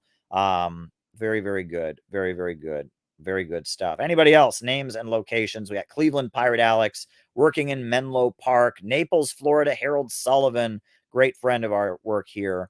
Anybody else, names and locations? Then we'll start answering these super chat questions. Anybody else, names and locations? Anybody else? Anybody else? Nicola from Serbia. Very good. Nicola from Serbia, right? Austin, Texas. Michael Daniel. T, my good friend T, longtime friend of mine. We go way back. T is in Suzhou, China. Very good. We got Scott in the United Kingdom. We got Hans from Norway. Good stuff. Good stuff. All right. We're going to start answering super chat questions now. First, super chat question. Socialist alternative. Who are they? Well, we want to be clear. There is a group in Australia that calls itself Socialist Alternative that is a completely different development. But the group in the United States that calls itself Socialist Alternative, they are Trotskyites, and they are former followers of, they are a breakaway from the Ted Grant tendency, the Ted Grant and Alan Woods tendency. They're a breakaway from it. So I always break it down for people that there are three schools of Trotskyism. There are three currents among people who call themselves Trotskyists. The first current among people who call themselves Trotskyists is what you can call neo-Trotskyism. Neo-Trotskyism is people who don't like the Soviet Union at all. They think the Soviet Union was not socialist. They don't like China at all. They don't like Cuba at all. And they denounce all the socialist countries. And they are third camp Trotskyists or neo-Trotskyists, and they tend to be academic and in colleges. They tend to be based in colleges and universities, and they are an academic institution. That's the first current. In the United States, the International Socialist Organization, the ISO, the International Socialist Tendency, it's now a faction in DSA. That's a big current of it. You have some other groups, the third camp Trotskyites. Then you have what are called Orthodox Trotskyists. And Orthodox Trotskyists are very, very dogmatic. They are to the letter. They believe in what Trotsky actually said. And often Orthodox Trotskyists will take some decent positions. The World Socialist website is run by the Socialist Equality Party, formerly the Workers' League. And because of that, they tend to be anti-imperialist. They tend to actually, on Libya, they don't consider any of the anti-imperialist countries to be socialist, but on Libya, on Syria, they get it. The main enemy is the U.S. imperialists. The Spartacist League, they took a very good position on Ukraine and on this Russia crisis and the hostility against Russia. And that often the ultra dogmatic Trotskyists will take positions that do set them apart. And they tend to be very, very small groups that are very, very isolated and very competitive with other groups, but they tend to be very, very, very massive. So there we go. All right. Mim and Jay Sakai, 1983. All right. We'll talk about that. All right. So then, in addition to neo-Trotskyists, in addition to Orthodox Trotskyists, you have what are called mainline Trotskyists. And they tend to be, they're not full-on hating the socialist countries, and they're not focused on college campuses, but they're also not obscure and sectarian like the Orthodox Trotskyists. They tend to be really into labor unions. They want to build labor unions, and they kind of support the socialist countries, but not really. Socialist alternative, if you ask them about Cuba, they'll say, well, it's not capitalist, but blah, blah, blah, blah, blah, blah. They will admit Cuba's not a capitalist country, but they don't really support Fidel Castro. They don't really support the Cuban Revolution, but they consider it to be a deformed workers' state. Meanwhile, their focus tends to be on, they urged Bernie Sanders to run for president. They actually had it before Bernie Sanders ran for president. They had a petition, Bernie run for president. They focused on doing activism to support the labor movement and to support labor unions. And this is what you can call mainline Trotskyism is social democracy. It is a slightly more radical interpretation of social democracy. And in Britain, it took the form of joining the Labour Party. In Britain, the main social democratic party, at this point, they're not social democrats anymore. The Labour Party of Britain at this point no longer is in favor of socialism, no longer is in favor of workers controlling the means of production, doesn't believe in class struggle. They just believe in a good economy for everybody. But historically, the Labour Party in Britain was a social democratic party. And the mainline Trotskyists of Britain, led by Ted Grant, joined the Labor Party, and they formed what was called the Militant Tendency. And it was a faction in the Labor Party that was trying to push the Labor Party to be more revolutionary. And that's what mainline Trotskyists do. In the United States, they say, break with the Democrats, form a Labor Party. Socialist Alternative urges Bernie Sanders to run for president. They're very anti-China. They think China is their enemy. Kshama Sawant, who's been elected to city council, is a member of Socialist Alternative, is very anti-China. But they like labor unions, and it's mainline Trotskyism. It is a slightly more radical version of social democracy. It is social democrats. They like labor unions. They like Bernie Sanders. They like the imperialist Labor Party in Britain, but they want to make it more radical. They want to. They claim the heritage of the Bolshevik Revolution. And don't forget the one true trot, Sam Marcy. And they want to claim the heritage of the Bolshevik Revolution as they act as social democrats. And again, they do more than campaign. Most of your typical social democrats just campaign for Bernie Sanders. That's, they campaign for Bernie Sanders, and then they campaign for the Democrat like Joe Biden, who actually gets the nomination. They fight the right wing. That's your typical social democrat. Well, these people will go out and march for $15 minimum wage. They'll go out and march, against, they'll go to the Medicare for All march, etc. They will criticize the Democratic Party as being an imperialist party. They're a slightly more radical variant of social democracy, and they use Trotsky as a way to invoke the heritage of the Bolshevik Revolution. Now, Keaton, I'll just mention, Keaton is asking about the one true trot, Sam Marcy. Sam Marcy, the founder of the Workers' World Party, from which Party of Socialism and Liberation draws its heritage. There's a couple other groups that draw heritage from Sam Marcy. Sam Marcy and Marxism is a variation of Trotskyism that is not really Trotskyism. I mean, they interpret Trotskyism to mean that you should break with the inherent tenets of Trotskyism. And in their minds, that's the true interpretation. And I've written a polemic about it. And actually in this book, Ideological Foundations of the City Building Tendency, I have a document, about Marxism. And, that's what I come out of. I was a Marcyite for many years. I was in the Workers' World Party. And I have this document, The Masses Are the Water, Understanding the Failures of Late Marxism. And, PSL, Workers' World Party, they think they're Trotskyists, but in order to be a true Trotskyist, you never talk about Trotsky. It's a weird variant of Trotskyism where you don't really study Trotsky or read Trotsky. And you can read the text of it online at this, here. And that's the Marcy tendency, but they're a very obscure variation of Trotskyism. There's also another variant of Trotskyism that is called Marxist humanism. And they follow this woman, Raya, I don't even remember her last name. And it's a woman who worked for Trotsky. She was like Trotsky's secretary or Trotsky's, I don't know, she worked for him. She was like one of Trotsky's, employees, basically. And after Trotsky got the ice pick and died, and after, she came to the United States, she was a Russian immigrant who worked for Trotsky, and she started her own little cult, and she had her own weird interpretation called Marxist humanism. And Marxist humanism, it was like it was the humanist philosophy. It was a very strange philosophy that's a weird variation of Trotskyism. The Johnson Forest tendency. CLR James, who was a very important African-American intellectual who wrote Black Jacobins, he became a Marxist humanist. There was a very prominent Chinese-American intellectual named Grace Lee Boggs, and she joined with them. And so Marxist humanism is also a weird spin-off of Trotskyism. But for the most part, Trotskyism, you have mainline Trotskyism, which is just kind of a slightly more radical version of social democracy. You have third camp Trotskyism, which is CIA synthetic leftism. It's just blatant anti-communism. It's college professors and academics who hate socialist countries and are trying to overthrow them and are getting grant money from George Soros to do it. That's, ISO was always like that.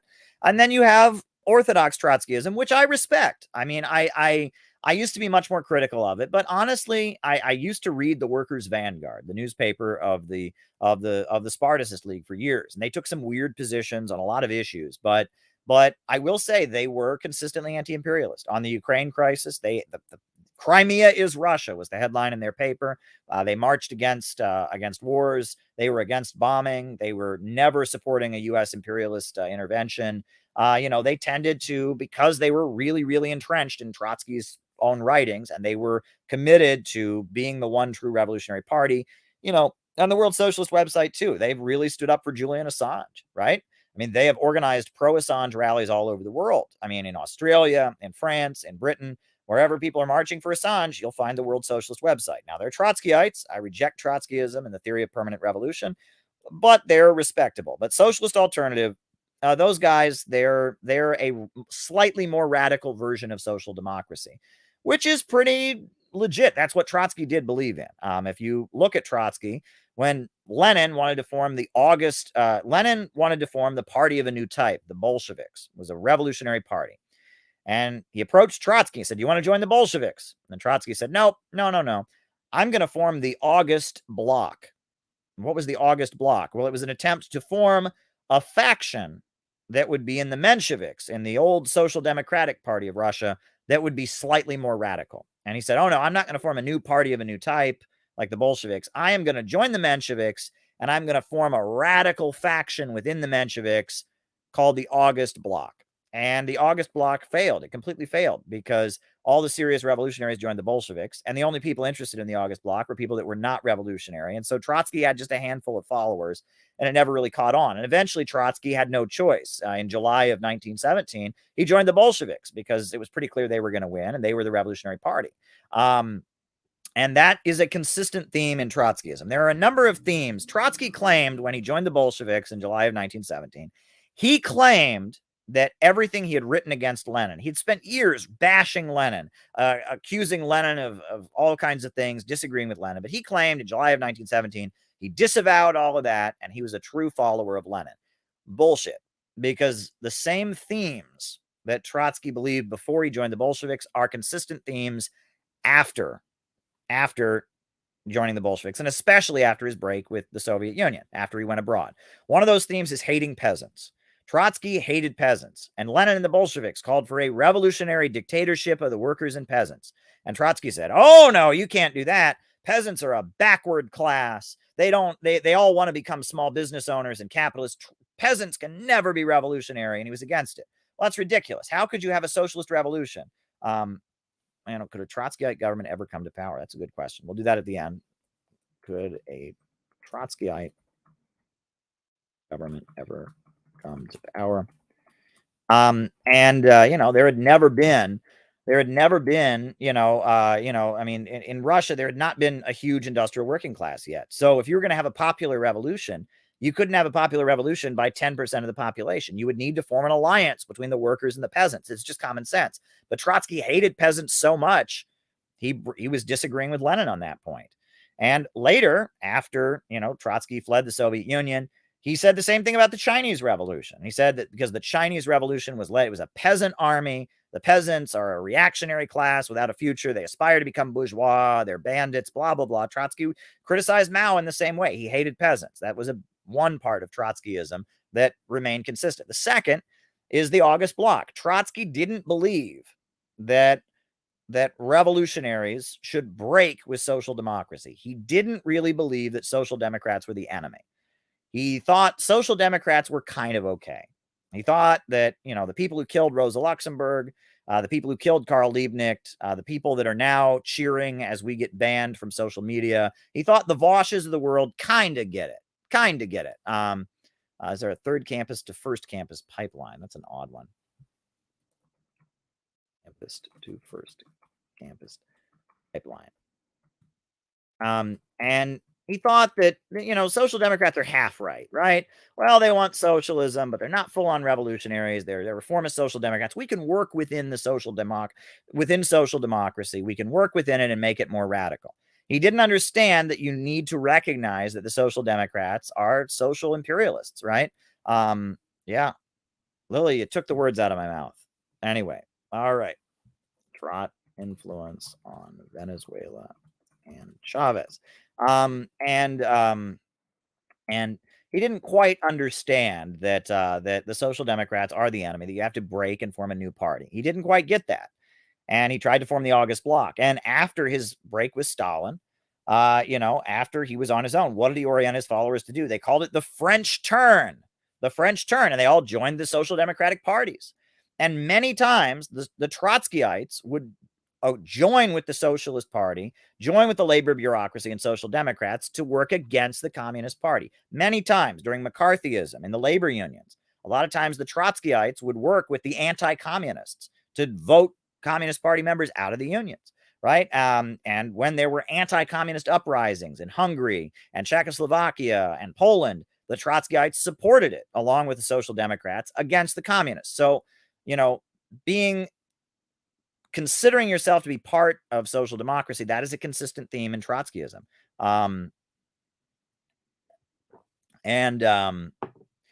There you go. There you go. I mean, Trotsky, in a lot of ways, he was a self-hating Russian.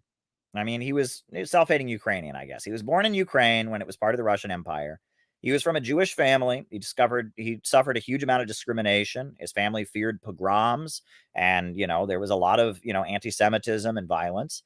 And Trotsky, he got very much into Marxism, but he was enamored with Marxism because he thought it was European. He considered his homeland, Ukraine, and the Russian Empire to be backward. He hated the peasantry, and he spent most of his life in Paris and in London and in New York City. He said that New York City was the foundry where the fate of mankind will be forged, and he ultimately believed that you couldn't have socialism until you had socialism in the Western capitalist countries, that they were the only places that could really have socialism, that if you had a revolution in Russia, a revolution in China, a revolution in Africa, a revolution in Latin America, it just had to be a temporary holdout until you had a revolution in the United States, until you had a revolution in France and Germany, Britain, etc. That's what he believed. And that was really something he really held on to. It was this belief that the West will always be at the center of the world. He believed that Western capitalism would always be at the center of the world. And so the only place that socialism really counts is there. And so all these countries that have revolutions, it's all just kind of temporary holdout. And it doesn't really matter until you have socialism in the West. And that's why he liked the Social Democrats, because he thought they might help bring socialism to the West. He was very much a Western chauvinist in a lot of ways. And that is really the problem. The theory of permanent revolution that Trotsky believed in was this Eurocentric theory. And it ultimately has been proven incorrect, because socialism has got Russia and China on the course to rising up out of poverty and to becoming the new center of the world economy. Western capitalism is crashing and burning, and Russia and China are chugging on ahead. And, these sanctions, they're going to hurt Russia. Sure, they're going to hurt China, but largely Russia and China are going to stay intact. But the food crisis that's coming, the economic crisis that's coming, the mass unemployment, the West is dying. And the only way the West can not die is to team up with Russia and China and adopt socialism and become socialist, or else the West is going to just deteriorate into barbarism. It'll be like the fall of the Roman Empire. After the Roman Empire fell, you didn't get something better and more advanced than the Roman Empire. You got depopulation of Europe. You got, instability and chaos. And that's what the United States will collapse into unless it adopts socialism and aligns with Russia and China. And that is a scientific Marxist understanding. Whereas, what the Trotskyites believe, that somehow the West is going to stay on top of the world forever, and Russia and China and Cuba and Venezuela don't matter, and Iran doesn't matter, and none of these countries matter because only socialism in the West. That is wrong. And that's the problem with Trotskyism. But anyway, I could go on about that all night. And it seems to come up a lot on these lives. And that's okay. I mean, ideology and theory is important. But there you go.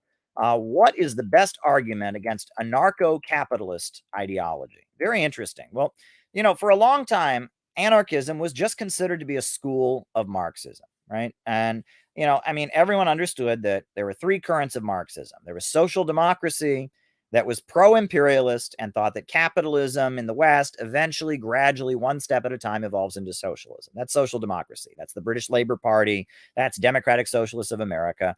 They are pro-imperialism, and they think that gradually, one step at a time, Western countries kind of, sort of, one step at a time turn into socialism. And then you have Marxism. And Marxism argues that the working people need to seize control of the means of production. And that that in order to do that, they need to take control of the state, that you need a working class government that will seize the means of production. And it is a struggle for political power. It's not a struggle for reform here, reform there. It's a struggle for political power. We want it to be a peaceful transition, but we want to seize political power and then use political power to create a socialist society. And then there's a third current that they call anarchism. And anarchism is the belief that that socialism will arise voluntarily. That as capitalism collapses, people will build their own worker cooperatives, labor unions will take control of the factories, people will build communal gardens, peasants will have joint, cooperative tracts of land. And as capitalism collapses, voluntary associations of workers will emerge to replace capitalism. And this is Peter Kropotkin, and this is Mikhail Bakunin. And this is the ultra-left deviation that rejects politics and voting and trying to seize control of the government and says, we're just going to kind of build our own little hippy-dippy institutions on our own. We're going to engage in left adventurous violence. We're going to, but they reject the struggle for political power. That is the difference. The Social Democrats want to gradually reform political power. Marxists want to seize political power. Anarchists reject politics and the struggle for political power. However, starting in the 1970s, you had a current of like counterculture hippie types. And those folks thought that they wanted total freedom and they were against the government and they were liking Ayn Rand and they were liking objectivism. And I believe it was Milton Friedman's son. I forget what his name is, the son of the bloodthirsty neoliberal economist, Milton Friedman. Milton Friedman came up with the idea that he was an anarcho-capitalist, meaning that he was an anarchist. He wanted to abolish all government. And with no government, we can have true capitalism. That's the idea. And it's big on the internet, and it's a right-wing school. There's a lot of, there is an overlap. Some of the Proud Boys and white supremacist types believe in this, but there's a lot of people that are people of color or kind of left-wing hippie libertarians who buy into this too. It's a diverse viewpoint, but it is a perspective that says we just need no coercion. And they generally frame it as we're against violence. That's generally the trope they use. And it's a clever frame of argument. They go around there saying, are you against violence? I'm against violence. And the fact that you have to pay your taxes under threat of going to jail, that's violence. And the fact that, we have laws, and if you break those laws, you get arrested, that's violence. And we're against violence. When we want there to be no government, and we just want no violence, no imposition on the individual by society. Okay. It sounds great. It sounds really rebellious and edgy. They want no government. But there's some problems with it. The main thing being that we live in a world in which there has been violence for thousands and thousands of years. And the richest of the rich in our society have acquired all of their wealth through violence. The imperialists of the United States, the imperialists of Wall Street, have acquired their wealth through war and colonialism, right? This idea is, we hear socialism is theft. No, capitalism is theft. Capitalism began with mass theft, the clearing of the commons and the throwing the peasants off the land and making people homeless, the transatlantic slave trade, in which millions of Africans were worked to death and drowned along the way and then treated as slaves in the United States, the theft of land from the Native Americans. Capitalism as a system began with mass theft. This is what Marx calls primitive accumulation.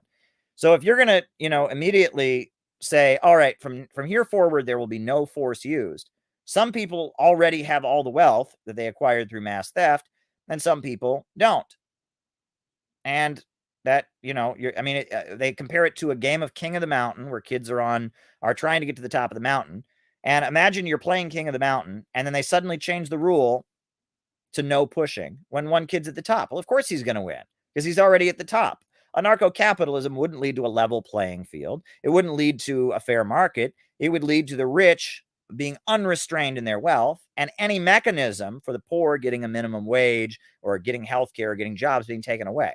So that's one of the first problems with it, right? That with the anarcho-capitalist theory.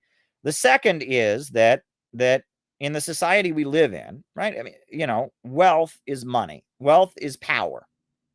Wealth is power. And law is the only thing that protects the weak from the strong. I've talked about this on a previous stream. I'll just repeat it again. The law of the jungle, right, is the strongest survive. Might makes right. Whoever's the strongest, they win, right? Might makes right. And if you get rid of law, formal law, you get de facto law of the jungle. And in our society, wealth equals power. So with no law to restrain them, the rich would just ruthlessly rule over the poor. And that's just the reality of the situation. And, you know, obviously law is very corrupt in our society. Law is often written by the rich, but you can get things where workers form unions and associations and demand it. And ultimately, we want to abolish that. We have the dictatorship of capital, where it's the capitalists who write the laws. But we want to abolish that and have the dictatorship of the proletariat. So it's we, the working class, who write the laws. That's what we want, right? And eventually, yes, we want to have a society with so much wealth and abundance that the need for government and coercion and the state and any social hierarchies can fade away. That's what we want. That's what we want. But in order to get there, we have to get to a society with vast material abundance. So anarcho-capitalism is it's an intellectual game, and it's not accurate. Stefan Molyneux is probably the most famous anarcho-capitalist, and I debated my debate with him, and I wiped the floor with him. I completely destroyed him in a debate as well. He had nothing really, he had nothing, and I debated him. But I listened to a lot of his material in the lead up to the debate, and I realized that Stefan Molyneux, a lot of people say he has a cult, right? They say that he has a cult because one of the things he does is he tells people to stop talking to their family, stop talking to their parents, stop talking to their brothers and sisters. I would never do that. That's a culty thing to do. Another thing that he does is it's not really about politics. It's about appealing to the resentment. And it's mainly the resentments of young white men. It's the mirror opposite of what the synthetic left does with other marginalized groups, right? The synthetic left is really into what they call identity politics, right? They go to people and they say, have you experienced racism in your life? And a lot of people have. People of color have experienced racism. And they play up the trauma and the memory, and they get them into an emotionally angry, vengeful state of mind about the fact that they've experienced that. And that is all their politics is, right? That's what identity politics is, right? Marxists would say, yes, you've experienced this discrimination. And they would scientifically, with dialectical and historical materialism, explain the basis of it. And they would mobilize to fight racism and in the process advance the entire working class. That's not what the ID poll people do. The ID poll people go to people, have you ever experienced racism? And they have them relive the experience. And it's very painful. And it's very angry, and they get the person very psyched up and angry. Aren't you mad that you experienced the racism? Aren't you upset that you experienced the racism? Yes. All right, go take it out on that guy. That's what ID poll is. And that's what the synthetic left does. And I mean, the racism that black people experience, police brutality, is very real. George Floyd, Sean Bell. I mean, white people don't get shot for reaching for their wallets. I mean, white people don't lose jobs on account of their race. So the racism that black people experience is absolutely real, and it's absolutely horrendous. But if you're going to change it, if you're actually going to stop it, right, you need to actually scientifically explain where it came from. And then you need to build a coalition, a proletarian united front to beat it back. And by putting the needs of the oppressed at the front, you can defeat racism. That's different than identity politics. What Stefan Molyneux does is he flips it, right? And he goes to young white men. Almost all of his followers are young white men. And he says, you've experienced hardship in your life because you are white. You've experienced hardship in your life because you are a man. And he has them relive very painful experiences. And they call him up and he gives them advice on their relationships. You listen to it. It's all about, my girlfriend just dumped me. She did this. Oh, yeah. And he has this like demented British accent. Yes, your girlfriend dumped you, but she's the oppressed one, isn't she? Right? The leftists say that she's the victim. Aren't you angry? She treated you so badly, but it's actually women who are oppressed, and it's like he somehow makes all the hardship that young white men have, which young white men do have problems in their life. He makes it because they are young white men. And then he's their daddy. He's going to make it all better, right? And then he blames it on the so-called left, which is the synthetic left, which sucks in a lot of ways. But he's just doing the same kind of psychological game of I'm going to re-traumatize you. We're going to go over all these bad things that have happened. We're going to get you worked up with painful memories of bad things that have happened to you. And we're going to blame it on somebody. And then you're going to go hate them, right? That's not real politics. That's how you have a cult. That's how you build a counter gang. That's basically how you build a fascist counter gang, right? You get people that are traumatized. You fuck with their trauma. You get them to hate somebody, and then you sick them on that person, right? Not serious politics, right? And he's not really helping these young men. That a lot of them, their problem isn't because women have too many rights. Their problem isn't because black people have rights. Their problem is because of capitalism. It's because of capitalism. That's what the problem is. A lot of these young men, they feel like, they don't have the dignity of adulthood. They're stuck in a job they hate. That's capitalism that did that, right? They feel like women often are looking for a boyfriend who's got a good job, a boyfriend who, can pay the bills, can raise kids, and they're stuck in a low-wage job and a woman doesn't want them. Well, often, that's because of capitalism, right? And a lot of the things he describes that he kind of psychs them up about are about capitalism. He doesn't tell them that. He just tells them it's because you're young and you're white, and the left, the men, the left, the women, the black people, the feminists are trying to punish you because you're white, and isn't it unfair? And join me, I understand you. One thing that is so weird about Stefan Molyneux is he is obsessed with spanking, corporal punishment of children. He is obsessed with it. And a lot of what he does is he has these young men come on there and relive their painful childhood memories of getting spanked. And then he tells them that your parents oppressed you, your parents mistreated you. The parent-child relationship where the parent can spank the child is the basis of the state existing. And so never speak to your parents again and join my little cult. I'm your new daddy. I will take care of you. It is the creepiest shit you've ever seen. Right? He is a creepy, creepy motherfucker. And I'm really glad I debated him. And he wants a rematch with me too. And I said, no. I was going to debate Lauren Southern. We were all set. The date was set. And then Lauren Southern said, oh, I'm not going to do it. I'm not going to do it. I am not going to do it. I want Stefan. And I said, no, I already debated Stefan. And he was dishonest during the debate as well. Capitalism rules, stop being poor.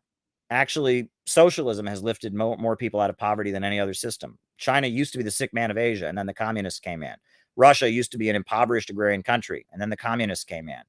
So if you want to stop being poor, you should be a socialist. Deng Xiaoping said, poverty is not socialism, but to be rich is glorious. But anyway, that's my opinion of Stefan Molyneux, who I have encountered. I debated him, the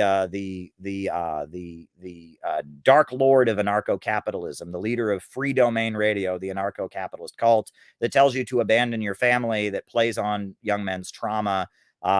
It's really some kind of creepy self-help cult is really what it is. I don't know what that is. I don't know what that is, Chris Morlock. I really don't know what that is, but it's this creepy self-help cult for young men who don't like their lives and were probably abused as children. And he manipulates their trauma and their resentment and gets them to stop speaking to their family and give him all their money. And it's sad because at the end of the day, Molyneux's not going to help these people. Anarcho-capitalism isn't going to help these people, right? And he's not going to help them psychologically, number one, because the way to get better psychologically is not to isolate yourself, but it's actually to connect with other people. It's actually to have real relationships, get to know other people, work together with other people for a common goal. That's one. So he's not helping them psychologically. And two, he's not helping them politically. Because the reason that young men are stuck in low-wage, short-term service sector jobs, they don't have the dignity of adulthood. The reason that society that expects them to be breadwinners, and when someone starts dating these young men, women say, "Oh, don't date that loser." The reason they're stuck in that situation is because of capitalism, because of the computer revolution. So, because of that, he's not helping them. He's giving them false answers about their lives, just trying to stir them up against black people and women. Number one. And number two, on top of that, they're just at the same time trying to incite people, to be more isolated. cut off your friends, cut off your family, just listen to Molyneux's free domain radio. Just listen to his radio all the time. It's a very evil grift, a very, very evil grift. I know his wife, Ayn Rand genocide denial. Well, I guess that's kind of on topic. We'll talk about that. But his wife, Stefan Molyneux's wife, actually, she was a psychologist, I'm sorry, in Canada, and she lost her license because she was advising Stefan Molyneux and how to engage in his manipulative psychology. So he's not a good dude. Stefan Molyneux is not a good dude. He's a pretty evil dude, I think. And I'm really glad I destroyed him in a debate. And all he had was standard anti-communism. Ayn Rand, Native American genocide denial. I don't think she denied it. She just said it was a good thing. She didn't deny it. She said it was fine. She said it was a good thing. She said that the Native Americans had no right to their land if they weren't using it, and that the white people showed up and they used the land the Native Americans were on. She justified it. And she said she compared it to the Palestinians. And she said the Arabs have no right to their soil if they're not using it. And she said that Israel was right to steal land from the Palestinians, just like the Americans were right to steal land from the Native Americans. So she didn't deny it. She supported it. She thought it was good, right? Ayn Rand is very disgusting. But again, law of the jungle, might makes right. This is how these people think, right? These are people who worship the powerful and hate the weak. That's really what it is. It's really, these are people that, for whatever reason, they worship rich and powerful people and they hate the weak. And that's really all it gets down to. They worship those who have power. Are you familiar with Lacanian Freudian psychology? Not Lacanian. I've read a lot of Freud. I know a lot about psychoanalysis. But I don't know enough about Lacan. I don't know Lacan. Joining CPI is far better than watching synth left alt-right grifters. 1010 would recommend. Thank you, Elizabeth. And Elizabeth is awesome, by the way. Go and check out Elizabeth's stuff on social media. Post your Twitter handle, Elizabeth. People can follow you. Elizabeth is awesome. But yeah, a lot of this is just manipulation, and that's what Stefan Molyneux is, and that's what, Ayn Rand is. And we've spent enough time on that too, right? Anyway, how does the city building tendency reconcile belief in growth with climate change? Easy. The way, can you open the phones so I can fight poverty? How does opening the phones help me? No, I can't. I'm not opening the phones tonight. But very good. Maybe some other time, Jord. But anyway, let me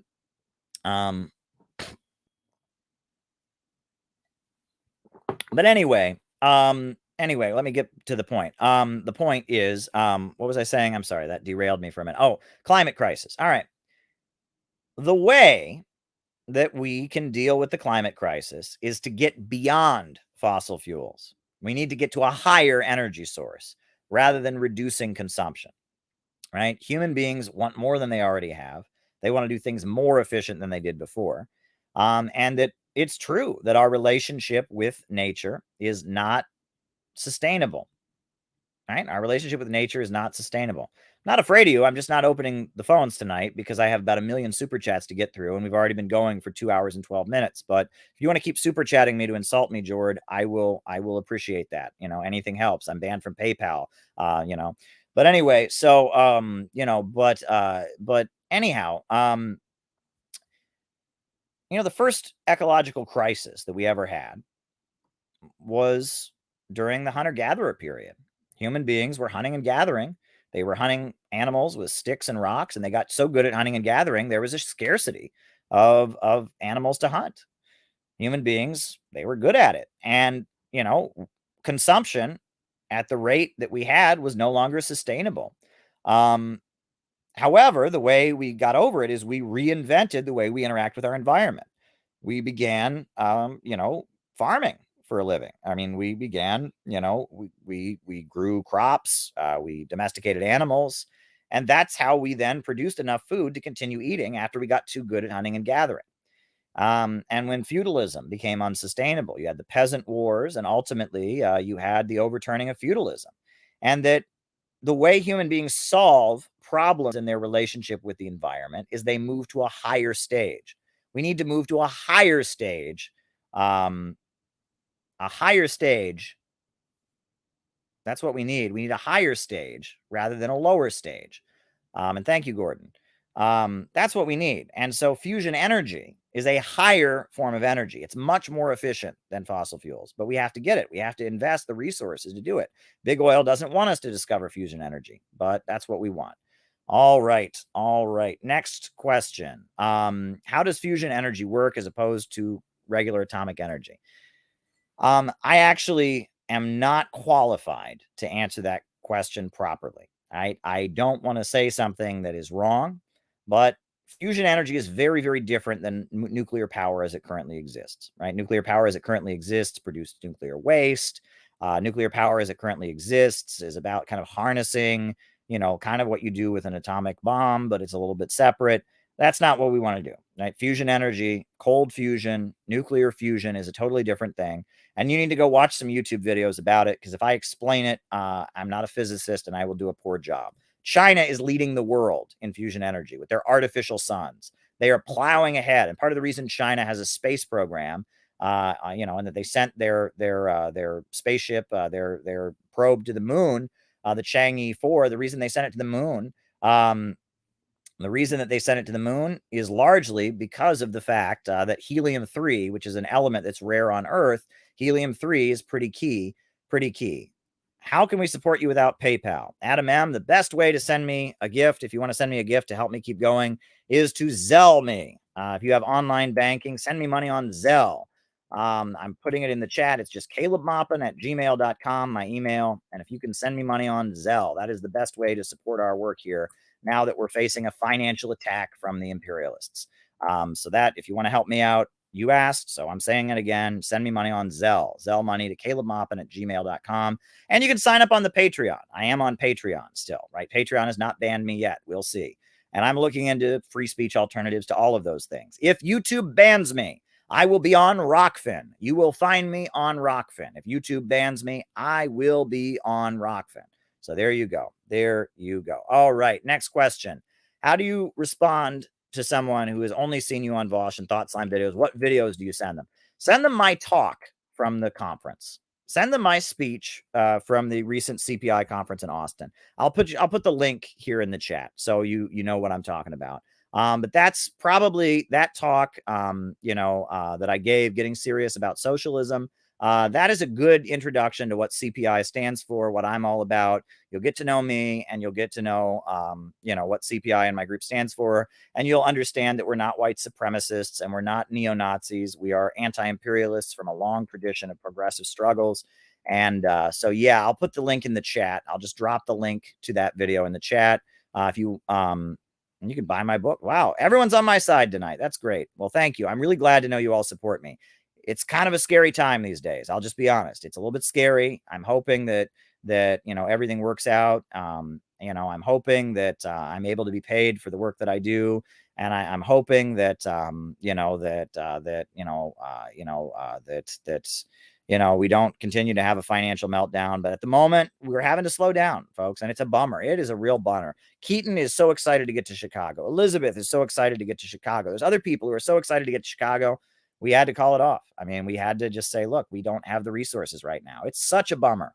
It is such a bummer. And no one's happy about it. Nobody's happy about it. None of us are happy with the situation. It is such a bummer.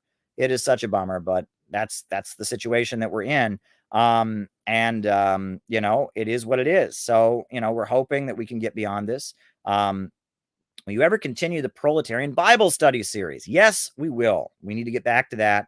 We will continue the Proletarian Bible Study.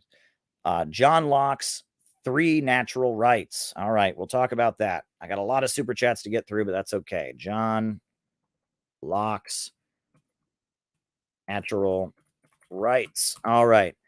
So yeah, how does high production values and finance swing them? I mean, it helps. Look, if you're on the internet and you got a big budget to make good TV programs and stuff, it helps, right? We're doing the best I can. A lot of people get frustrated with me and they say, Caleb, you're sitting, you got a white wall behind you. Sometimes there's a cord behind you. You're talking into your cell phone, you're talking into your webcam. And it's like, folks, I'm not wealthy here.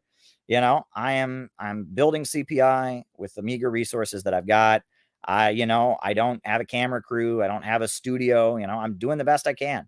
And if you want to help me take this to the next level, please do it. Help me do it. And I don't even know. I mean, now I have a webcam that I'm talking into. I have a fancy microphone, a Blue Yeti. I'm talking into a Blue Yeti.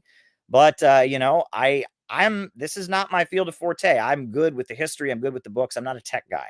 And we've come a long way. I would say that the quality of what we do here has really improved in a lot of ways, but I need your help. If you want to help us do it, one thing we really need help with now is if there's a segment from these streams that you like, clip it and put it on your own YouTube channel. That's one thing that really helps. And people have stepped up to the plate and done it. I mean, they have done it. The Proletarian Bible Study is exclusively on Rockfin. It is only on Rockfin. It is only on Rockfin. So episode 1 is up and we need to resume. We need to do episode 2, 3, 4, and 5, and many other episodes. So, there you go. There you go. How much do you need to go to Chicago? Crowdfund. The budget for the conference, we would need a significant amount. In order to have another conference, the conference in Austin, if you added up all the expenses for people coming in from out of town, if you added up, people coming in from out of town, guest speakers, renting the hall, the security that's necessary because people came to attack us. People came, we had to have people with metal detectors. We had to have armed guards there. You add it all up, we're looking at about 8K. 8K is what, in order to have a really effective anti-imperialist conference with, that can be filmed with a high production film crew, you're looking at about 8K. And that's what we need. And we do not have that at this moment. And I'm hoping, that can be put together sooner than later and we can have it. But we were planning to do it at the end of May and we wanted to spend the month of May building it, and we can't do that because the resources, we don't have 8K to spare. I've thrown a lot of my own resources into it. I basically, between a very nice donation I got from somebody and some other resources, it was very difficult to do the conference in Austin. I was nervous about money the whole time, but we did it and we pulled it off. But at this point, we need to have a solid 8K up front in order to do the Chicago conference well. So, if you can help me raise 8K, we can do it. 8K is about what it costs, right? Between the travel of everybody who comes into town, video production crew, guest speakers, renting the hall, it all adds up. Housing for people that are from out of town, that are working on it, that are there to build it. 8K is about the amount we need to do a conference. If someone's offering to come up with 8K to make Chicago happen, I'm down. You know what I mean? I'm down. If people are able to put together 8K, that would be awesome. And I think there's a good chance we will get it soon. But right now, it is not within our reach. And that's just kind of the situation. But anyway, I want to be on here. It's weird. I always wonder, do I talk about money too much on these streams, right? I don't want this to sound like, like PBS, like a telethon on PBS where I'm on here. It's like, we now interrupt this program from a special message from our sponsor. I used to hate that when I was a kid. It's funny. When I was a kid, first of all, my parents are crazy, right? I hope they're not watching right now. My parents are insane. And my parents, they got it into their minds that I should not watch anything but public television. So when I was like 3 until I was like 10 or 11, my parents would not let me watch anything on TV except for public television. So I remember when I was a kid, my parents were just so determined to only have me watch public television. And I remember every so often, public television, they would start having their fundraising thing by phone, right? And I remember that my mother tells me that when I was a kid, I would turn the TV off. I would turn the TV off and I would complain to my mother, and I didn't quite know what I was saying. And I would say to my mother, they're fond-rising again. And it was actually fundraising, but I didn't know the correct pronunciation. I would say, Mom, they're fond-rising again. And I would be mad about it because the only channel I was allowed to watch was PBS. And, and when they started doing their fond-rising, it was a big bummer for me. And I think it's funny. I don't want to bum you all out. I don't want to bum you all out on here by fond-rising, but you all are asking, and I will give you the answer. But you all are here because you want me to answer your questions, right? That's the main reason I'm here. I'm here to preach Marxism. I'm here to answer your questions. I'm here to explain why the crisis is there. I'm here to help build the Center for Political Innovation and put forward policy solutions. So I don't want this to turn into a telethon. I'm not going to start giving away prizes, and if you give now, I will send you a radio. We're not going to do that here, right? I mean, that's not what this channel is about. This is not a fundraising channel. But if people are asking, and if people think they can come up with 8K, someone in the chat thinks that they can come up with 8K, you can send me 8K. I can do the conference. I can do that. And one thing I will say, and I will throw this out there, I just want to say this, right? If people can make a contribution and help me out, I appreciate it. But I am not a puppet for anybody. I am not a puppet for Russia. I'm not a puppet for China. I'm not a puppet for Venezuela. I'm not a puppet for the trade union bureaucracy. I'm not a puppet, right? I say what I mean, and I mean what I say, right? And I am not on here shilling for anybody. And so just because someone gives a contribution, that doesn't make me a shill. And I might still say something you disagree with if you give me a contribution. I'll be real. You might, take the position that that trans people are not welcome, and I'm gonna still have trans people in my group no matter how much you give me. And you might take the position that we should go around becoming a trans rights group and waging culture wars around women's sports or around whatever the latest thing. And I might, you might give that contribution, but I'm not going to do that. Right. And that CPI is dedicated to getting out of the movement and getting to the masses. It's dedicated to not having a culture war. It's dedicated to raising economic demands, building a real united front, constructive, optimistic, positive socialism. Right. That's what we're going to do. And if you throw money at me, that does not mean that I am going to change my position to make you happy. That's not how I roll. That is not how I roll. That is just the reality. And I supported Russia years before I ever worked at RT. Years before I ever worked at RT. In 2008, I was a college sophomore. I was my year of college. And at my college, they were telling us that Russia was wrong to intervene in Georgia. And I raised my hand and I said, Russia is defending South Ossetia.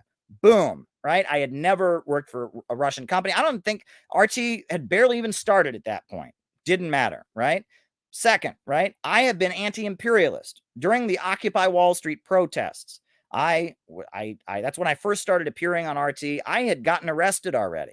I had been arrested at anti-imperialist rallies and demonstrations. I had been promoting Gaddafi and studying the Green Book and protesting the bombing of Libya alongside Congresswoman Cynthia McKinney and Ramsey Clark long before I ever started appearing on RT, long before I ever did that, right? I mean, you can watch video of me with long hair and a beard talking about how, that if there was a new war against Iran, the working people of the United States should turn their guns around and turn imperialist war into a civil war.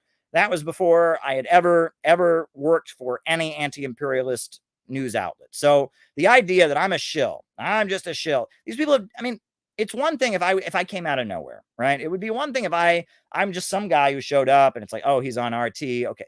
No, I have a long record. They did an article about me in Cleveland Scene magazine in 2010. I was living in Cleveland.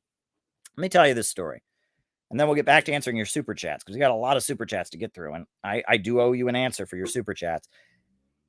In 2010 in Cleveland, I was involved in something. There's a community organization, a Black nationalist organization in Cleveland called Black on Black Crime Incorporated, headed by Art McCoy. And they were protesting police brutality. And I was going to protests in Collinwood and on the east side of Cleveland against police brutality. And Collinwood High School if you've ever been to Cleveland, it's a very big high school on the east side of Cleveland. And me and my friend were promoting anti-police brutality rallies. We were leafleting at Collinwood High School. We were leafleting, and a young student came up to us, a kid named Seth came up to us, and he said, we're planning a walkout to protest teacher layoffs and school closings. And I said, cool. And I saw that on Facebook, they had announced they were going to have this walkout. So me and my friend, this is a wild story. Me and my friend decided we were going to go to it. And so we were all in the car and ready to leave. And then I turned to my roommate and friend and I said, oh, we forgot my camera. And he's like, oh, okay. And he was a little bit frustrated. So I ran and got the camera and then we went to the walkout. So we went to the walkout at Collinwood High School. Better Understand Putin and Xi, books to record. All right.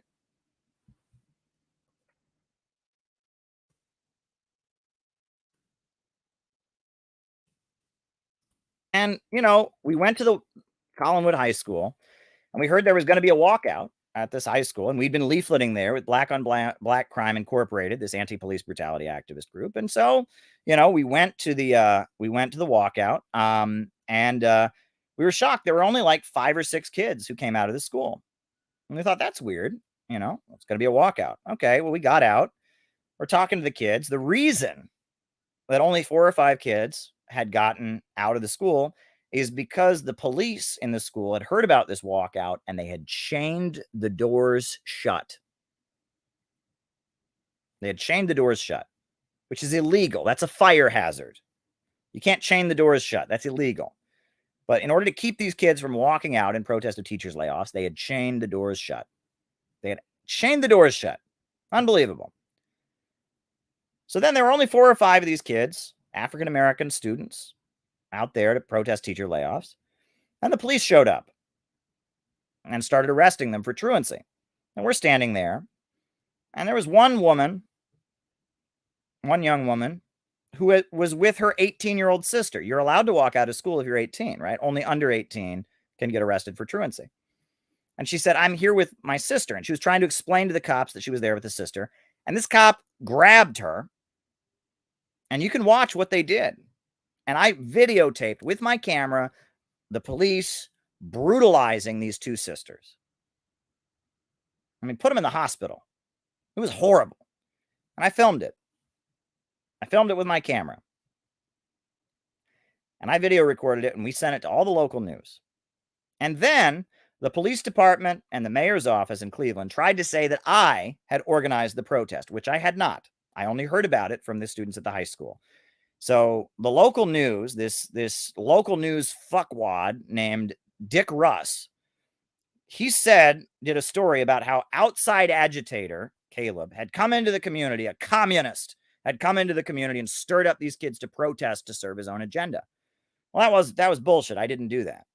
So then Scene Magazine, which is the main alternative newspaper in Cleveland, very widely read, they interviewed me, and they interviewed the mother of the 2 women who were beaten up. And the mother said that they had never met Caleb before the protest. So that was a lie, vindicating me, number 1. And number 2, she said, thank God Caleb was there. And it was my video that got one of the young women acquitted in juvenile court. We got them a lawyer, and the lawyer was Terry Gilbert, who has worked on the defense of Leonard Peltier. And we showed that video in court. And they were trying to charge her with assaulting the officer. That's what they always do. The police beat you up, and it's like you assaulted their nightstick with your head, right? And they showed the video in court, and they slowed the video down, and they showed that the cops had grabbed her and flipped her over. And there are 2 articles you can find from 2010 in Cleveland Scene Magazine. One is called The Communist Next Door. That's what it's called, The Communist Next Door. And it's all about me and how I had gone to this protest and video recorded the incident of police brutality, how the media had tried to frame me for inciting the protests when that's not what happened, interviewing the mother about how happy she was. And then there's a follow-up article about how the young woman, Deasia Bruno, was acquitted in juvenile court because of my video, right? And that happened. I had never been on RT. I didn't even know RT existed at that point. So I have always been fighting the power in the United States, right? I have always been fighting the power in the United States. I have always been protesting the government. And this was Black Lives Matter. This was 2010. Had never been tweeted before. It was not a phrase. Trayvon Martin's name. Trayvon Martin had not been killed yet.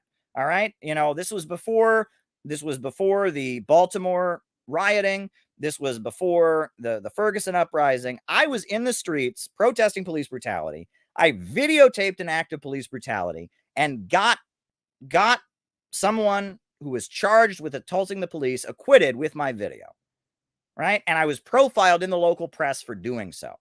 If you want to talk about people, I am the real deal, folks. I'm in this for real. It didn't used to be trendy and hip to be a leftist or a communist. Didn't used to be, right? I'm in this for real. I am in this for real. I was going to court with families that were dealing with police brutality. I was doing all this before it was trendy, before it was hip, before it was cool. But when nobody talked about this stuff, when nobody talked about this stuff, I was doing it. I was talking about it. So yeah. Yeah. Just be aware of that. Just be aware of that. So I just want to be real about all of that, y'all. I just want to be absolutely real about what's going on. So there you go. There you go. All right. There you go. Good times. Good times. And yeah.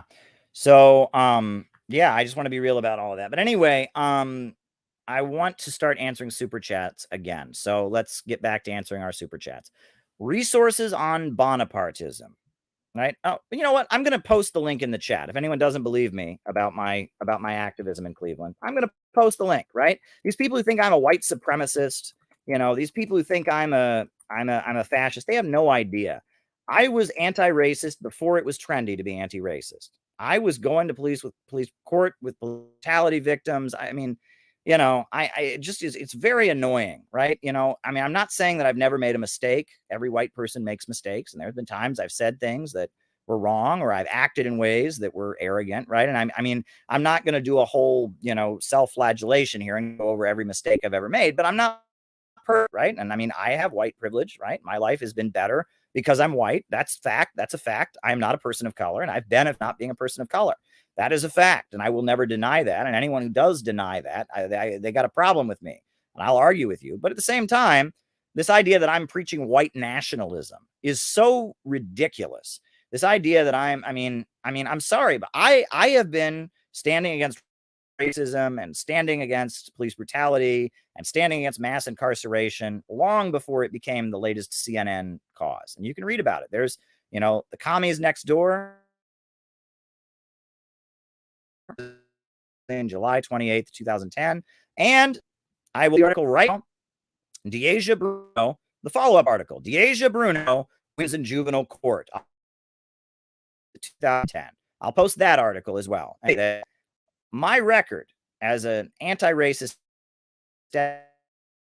imperialist quite long, right? I'm the real deal. I'm not Jabba the Vosh. I'm not Skippy the Bear. I'm not some failed comedian from they paid to start talking about leftism that he doesn't understand. I'm the real deal. And that's why these people want to destroy me, because I'm the real deal. So there you go. There's the follow-up article about how I got my video got the young woman acquitted in court. People should know about this. They say you're not supposed to be boastful. No one likes boastfulness, but I'm sorry, when I'm so frequently being called all these ugly names, they're there, folks. This isn't stuff I made up, right? The receipts are there. Bob Avakian's recent writings worth reading. Do you really want me to talk about that? All right, we're going to start answering super chats because we're going to be on here all night. And recent work of Bob Avakian. All righty. Okay. All right. Resources on Bonapartism. I've seen it referenced in the debacle with Elon Musk. That question came from American Autopsy. A great resource on Bonapartism is the original pamphlet, 18th Brumaire of Louis Bonaparte by Karl Marx. That's probably the first place to look. But that pamphlet is a little obscure, and it's kind of bombastic in its style. Another great resource, one of the best books I've read on the concept of divisions in the ruling class, etc., is called Market Elections by Vince Copeland. Market Elections. I would recommend Market Elections by Vince Copeland. That's a very good Marxist pamphlet. It talks about, it's basically an overview of elections in U.S. history and the divisions in the ruling class and who is fighting with who. It's called Market Elections by Vincent Copeland. And I would recommend that. Thank you, Fox in the Snow, for the super chat. I would recommend Market Elections. That's a good place to start. Another pamphlet that I would recommend, it doesn't mention Bonapartism, but it mentions struggles within the ruling class. That I would recommend is called The Yankee and Cowboy War by Carl Oglesby. That's also a very good pamphlet. But yeah, the two most key works I would recommend on Bonapartism are Market Elections by Vince Copeland and Karl Marx's 18th Brumaire. All right, very good. The claim that Russia is imperialist. All right, we're writing it down. the claim that Russia is imperialist. All right, cool. All right. This person super chatted. They said that people think fake laughing at you is an argument. It's really obnoxious. That's what these bread tubers do. They fake laugh when you say something, and it's not even a genuine laugh. They're not genuinely laughing. It's a fake laugh. And it's just to train their audience, right? It's kind of like on a sitcom. Have you ever watched a sitcom? You know, the sitcom, the person says, "Well, Jane, I didn't leave my shirt in the dishwasher." And then the audience goes, "Wah, wah, wah, wah, wah, wah, wah." And it's not a live studio audience. It's a recording. It's a laugh track. But it makes you laugh at it. You learn what's funny, right? And that's true. A lot of people have pointed out, if you're in a club, in a comedy club, someone can tell the same joke, and you might hear it outside the comedy club, and you're just like, that's not funny. But if you're in a comedy club and you hear the same joke, the exact same joke, and people in the room go, ha, ha, ha, ha, ha, you think it's funny, right? That's just a fact. Humor is very much subjected to it's very communal. It's like everything else, right? Just like positive energy feeds off other positive energy. Negative energy, if you're around people who are depressed, you're going to be depressed. If you're around people that are optimistic, you're going to be optimistic. And, you know, that's why on sitcoms they play laugh tracks, because you learn through the laugh track. It's subconscious. It's not, you know, it's not like you sit there and go, aha, I hear laughing, so this much. It's not conscious, it's subconscious, right? And that's why, you know, these people, Skippy the Bear, Jabba the Vosh, Surfing USA, that's why there's so much laughing on their streams. And that's why it's forced. It's not genuine laughter. It's forced laughter. That's why they do it, because there's nothing remotely funny. There's nothing remotely funny. And thank you, Sean. Thank you, Sean. I do appreciate it. I really appreciate your support. The reason that they're laughing is they're trying to psychologically train people that if you ever hear someone say there's going to be a food crisis and people are going to starve to death, if you're ever going to hear someone say degrowth is what the Nazis used to exterminate disabled people, if you ever hear someone say that, you just have a laughter and you don't think about it, right? And it's brainwashing. And actually, Donald Trump was very, very good at this. I mean, I'm not where the synthetic left is as part of the anti-Trump mob, but I mean, Trump was an awful president in many ways. But you'll notice, like, there was a moment in a debate with Donald Trump where I think Megyn Kelly said to Donald Trump, she said, you are disrespectful of women. You've called women fat pigs. And he immediately said into the microphone, just Rosie O'Donnell. Right? I mean, why? Why did he say that? Because everyone remembered the fight between Donald Trump and Rosie O'Donnell and how much they hated it. And that was a funny line. And he just psychologically called up into people's minds the fight between Rosie O'Donnell and Donald Trump, which was very humorous and was very all over television. It was a brilliant tactic. It was a brilliant tactic that he basically got people to remember something completely unrelated to what he was saying. Donald Trump has called all kinds of women all kinds of nasty names. How do we get women in the movement? Women are over half the working class. All right.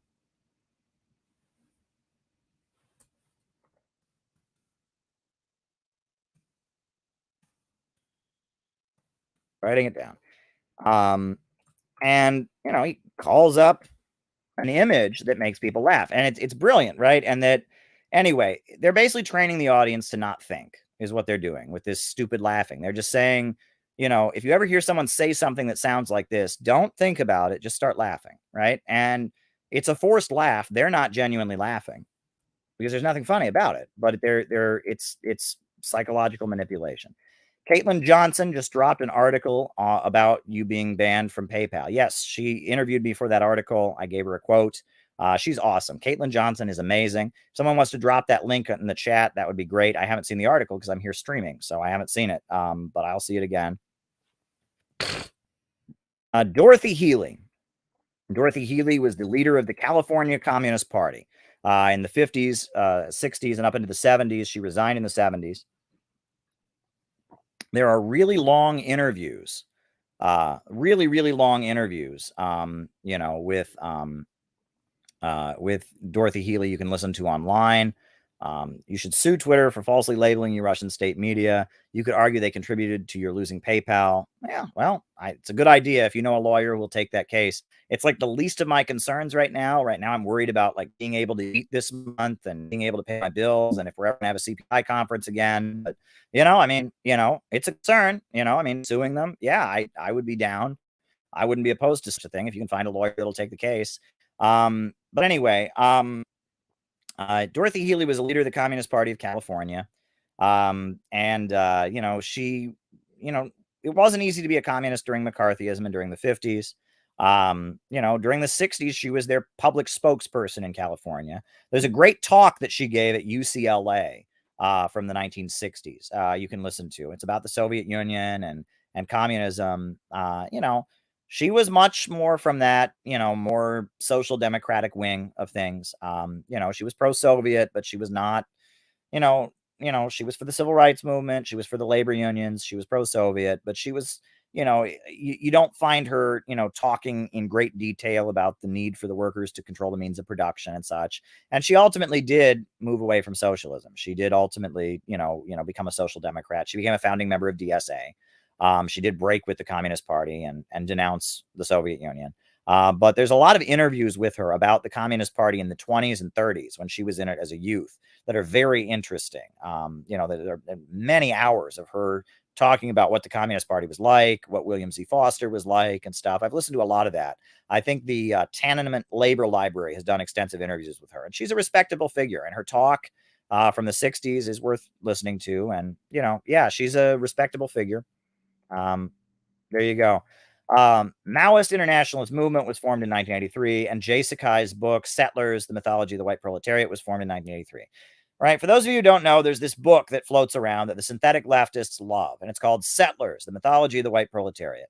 And it basically argues that no working class person in the United States who is white is really a worker because of white privilege, because they're settlers, because they benefit from racism. They're technically petty bourgeois. They benefit with their white privilege from the exploitation of black people and imperialism all over the world. They're Euro settlers, they're labor aristocrats, and they can't possibly ever become revolutionary.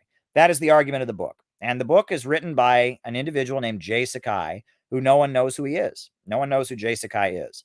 And he wrote this book. And I have pointed out that one of the main people that promoted this book was a very obscure communist group called the Maoist Internationalist Movement. And they would mainly send it in the mail to prisoners. And it was very mysterious. And this guy, Jay Sakai, there's a couple like interviews with him where you hear his voice on the internet. He only ever wrote one book, this book. He wrote some weird articles about the war on terror and stuff. And, and we don't know where he is. And that book has been picked up by all kinds of other synthetic leftists. It's a Maoist communist book, right? It's from an ultra-left Maoist third worldist perspective, but it's been picked up by anarchists. I believe now the publishing of the print edition of the book is PM, or was it AK Press or PM Press? It's an anarchist publishing company. It's an anarchist publishing company that runs it, and all kinds of synthetic leftists like that book, Settlers. And it's mysterious, and it's this shady, mysterious communist group that was formed the same year the book was published. Okay, I mean, that's all I know. I have never met anyone from the Maoist Internationalist Movement, and everything about MIM, the Maoist Internationalist Movement, was very shady. You would see newspapers, places. You would just see stacks of newspapers. They never had any public conferences. They never had any public events. It was just this weird newspaper, and the newspaper looked a little crazy. There were so many politically correct spellings in it. It looked kind of schizophrenic. They always spelled America with 3 Ks. And so it was America, KKK. Instead of United States of America, it was United Snakes of America. What else? They would spell woman, WIMMIN, women, so it didn't have man in it. It seemed like every word practically had a politically correct spelling. They would also run pictures of political figures that they had marked up with black magic markers. They would have pictures of like Dick Cheney, and then they would have drawn in black magic marker like vampire fangs on him, or devil horns or something, and it looked kind of like something like a child might do. But to be fair, they were doing that because they were Maoists. And during the Cultural Revolution, the Red Guards would do that. They would march with pictures of figures they didn't like marked up. So it wasn't just that they just thought of that and it was a crazy thing to do. Yeah, it's a strange grouping. And there's some breakaways. There was something called Monkey Smashes Heaven. And there's, what is it? There's a number of groups that come out of what was left of MIM. And the whole thing was just perplexing to me. And yeah, I mean, and they seem to be mainly responsible for pushing, for pushing the settlers narrative. They pushed that book, but now it's been picked up by a lot of the synthetic left. Basically, the argument is don't try to organize the broad masses of American workers because the broad masses of American workers are all racist Euro settlers who benefit from imperialism. They're the enemy. Average Americans are actually the enemy. It's pretty incorrect politically. And, there you go. All right. Could a Trotskyite government ever come to power? I remember once I was talking to a Trotskyite, and I said to this Trotskyite, I said, has anything good ever happened? I said, because whenever anything happens, the Chinese Revolution, the Cuban Revolution, whenever anything good happens, you guys just dump on it. You just shit on it, and you say it's bad. I said, has anything good ever happened? And she replied to me, and she said, yes, the Bolshevik Revolution of 1917. And I thought, like, for a minute, I'm like, what? So nothing good has ever happened since the Bolshevik Revolution of 1917. Nothing ever. And that is how ultra left elements often think. That said, Lily asked about Trotskyite influence on Venezuela, and there is substantial Trotskyite influence in the Bolivarian Revolution. That's true. And that I think in Algeria, there was a significant Trotskyite influence on the Algerian Revolution, which ultimately didn't lead to socialism in Algeria, but it, initially it was an anti-imperialist revolution, and there was a big Trotskyite faction that was part of it. So there are places where Trotskyites do good things. Thank you, Lainey Peterson. Lainey Peterson is awesome. Hard Lens Media, she's awesome. And there are places where Trotskyites do good things. The Minneapolis Teamsters strike of 1934 was pretty awesome. But, I would never rule it out. You never know what could happen. Is it possible there could be a Trotskyite revolution somewhere? Sure. It's possible. Never say never, but I think it's highly unlikely. And the reason that I would say that it's highly unlikely is Trotskyites, with some exceptions, I'm generalizing here. For the most part, Trotskyites are for socialist revolutions until they actually happen. And then when they happen, they're against them. And Trotskyites tend to be against counter-revolution to overthrow socialism until it actually happens, and then they support it somehow. They tend to be on the wrong side consistently. And that's just generally how Trots work. Obviously there's like Marxism and some of the Orthodox Trotskyist groups that aren't like that. And then there's some exceptions, but generally Trotskyites are for the revolution until it happens, and then they're against it. Trotskyites are against the counter-revolution and the overthrow of socialism until it happens, and then they find an excuse to support it. And that's generally how these things work. All right. Is third campism a pipeline to first campism? Third campism is first campism. If there's two sides fighting in a war, you can't be like, I'm for this magical third camp. Imagine the Civil War was going on. This is what people don't get. Karl Marx was not a third campist in the American Civil War. Abraham Lincoln wanted to abolish slavery, and the Confederates wanted to preserve slavery. Karl Marx knew that Abraham Lincoln was not a communist. He knew that there were a lot of people on Abraham Lincoln's side that were problematic, to say the least. But Marx understood that when there's a war going on, you got to be on one side. Marx was pro-Lincoln. There are many places in the world where there is problems on both sides. But generally, is there a Trotskyist and neocon pipeline? Goodness gracious, you guys are going to have me on here all night, but it's okay, I guess, right? Is there a Trot to neocon pipeline? Third campism becomes de facto first campism. Third campists, they're like, oh, I'm against the Ukrainian Nazis and I'm against Russia. That's what they'll tell you. But then they go to the Stand With Ukraine rally by the USA, and then they accuse the people at the anti-NATO rally of all being secret Nazis and Red Browns and Nazbols, and they claim any of the allegations Russia points out about the atrocities of the Ukrainian Nazis as evil Russian propaganda, and they repeat all the main Ukraine. So it's like they can say that they are they're for this magical third camp, but when it really gets down to it, they're for the first camp. And that's just how it works. And third campism, it's an excuse. They're first camp, they're for the imperialists. They're for the imperialists. But they want to maintain their credibility as a leftist or a revolutionary. So they say, well, I'm not for the imperialists, but I'm not for the anti-imperialists either. I'm for this magical third way. But in practice, they're serving the imperialists. All right. Trotskyite influence on Venezuela and Chavez. For a long time, Hugo Chavez was good friends with Alan Woods.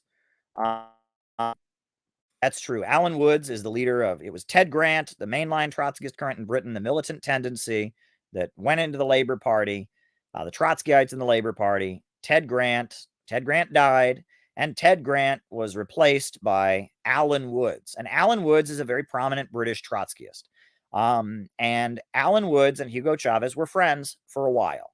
Alan Woods would meet with Hugo Chavez. Chavez at one point held up Trotsky's transitional program on TV and said, this is what we're doing in Venezuela. We're applying Trotsky's transitional program.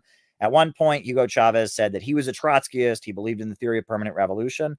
But then they had a falling out. And the Alan Woods people are no longer supportive of Venezuela. They argue that Venezuela, moved in the anti-socialist direction. They've turned against Venezuela. Also, Chavez, yes, at one point he did say he was a Trotskyist. But Chavez also said that he was a Maoist. He said, I've been a Maoist since I was 15 when I read the Little Red Book. And he also said that, that he was a social democrat, not a communist. He said the difference between me and Fidel is Fidel's a communist and I'm a social democrat. Chavez was all over the place. But the point is that Chavez led Venezuela to change property relations and, overthrow capitalism and establish a government of action that fights for working families. And Venezuela's economy is not capitalist. And the government is controlled by revolutionary workers' organizations and militias and Bolivarian circles. And it's very clear that the military of Venezuela that's trained in Cuba, the Bolivarian militias that are based in neighborhoods, the Bolivarian circles that are Soviets, basically, that they have in workers' councils, the government that is run by Marxists and socialists that controls the oil revenue, and all the private sector basically depends on that government. It's not a capitalist country. And this is important. Materialism says that material reality defines ideas. Ideas don't define material reality. Chavez could have said he was a chicken. He could have said he was a donkey. He could have said he was a lampshade. He could have said he was a necktie. Doesn't matter. Chavez changed property relations. So yeah, Chavez said he was a Trotskyist, and he said he was a Maoist, and he said he was a social democrat, and it doesn't fucking matter because Hugo Chavez created an anti-imperialist socialist state in Venezuela. Now Maduro has praised Stalin and said that he admires Comrade Stalin. And, in a lot of ways, Venezuela, I would argue with their relationship with Russia and China and all of that. And I would say Venezuela is completely contrary to Trotskyism at this point. But that said, for a time, Alan Woods, was promoting Venezuela, and Chavez was promoting Alan Woods and Trotsky.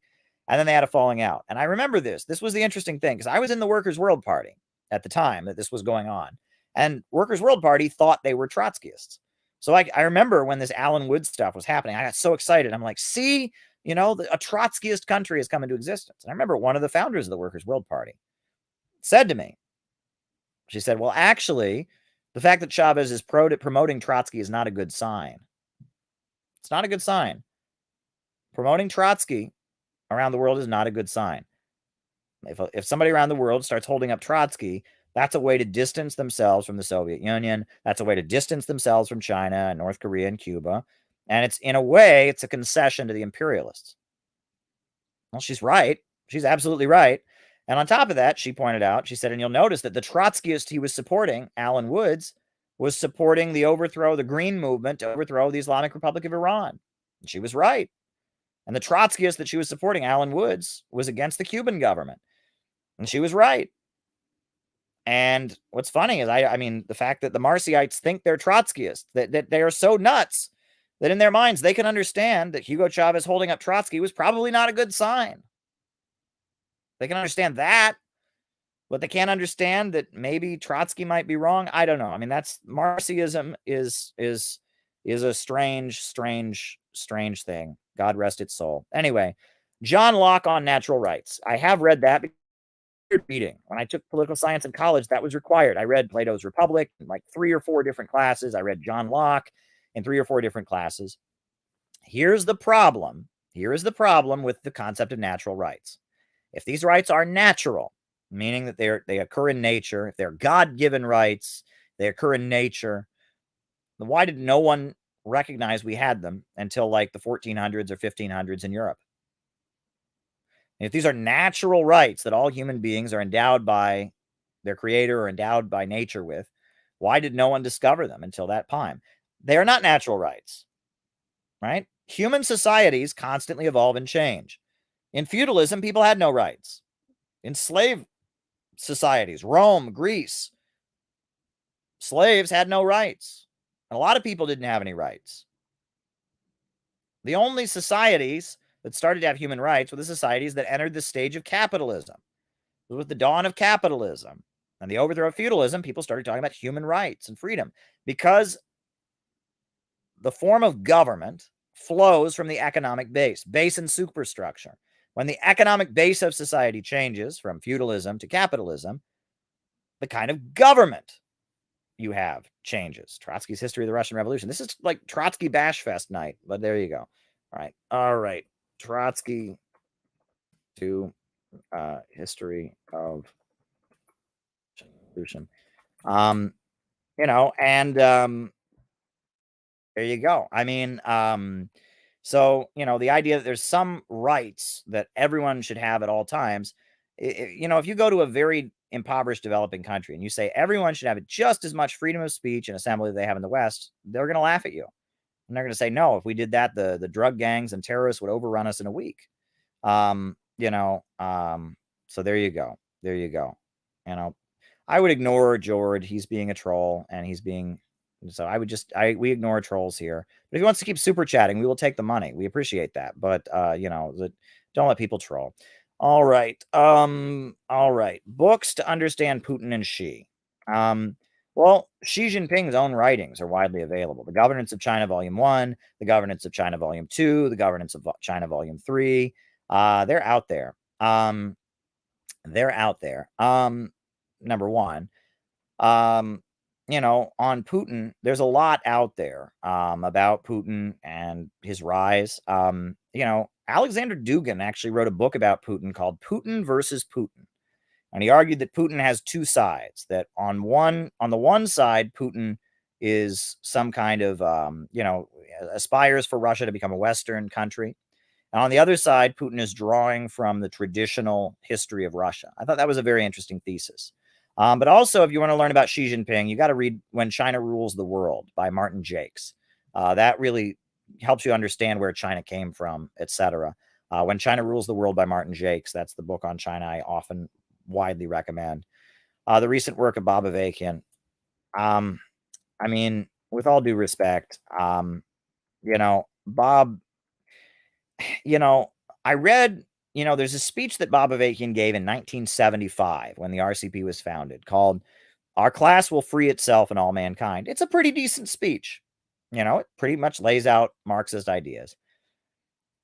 In more recent years, it's all, you read it, you've read it all before. He's got this new synthesis of communism, which is like people outside of the party are allowed to have ideas, the solid core with a lot of elasticity.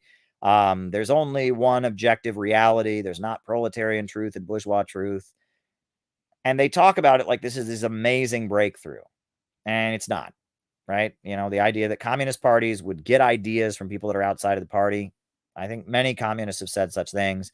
The idea that there is objective reality, you know, there's not multiple realities, rejecting postmodernism. Again, that's not very profound. His obsessive atheism is problematic. He obsesses with atheism, you know, attacking religious people. God is the original fascist, away with all gods, really viciously anti-religious. That's not cool. He seems to have a very big white savior complex. I'll tell you that. He's white. He's white and from a very wealthy family, but in his mind, like, well, I don't want to say anything that's going to be too offensive, but not too impressed with Bob. Not too impressed with Bob. I will say the issue of police brutality, you know, his organization dedicated themselves to fighting against police brutality long before that was trendy.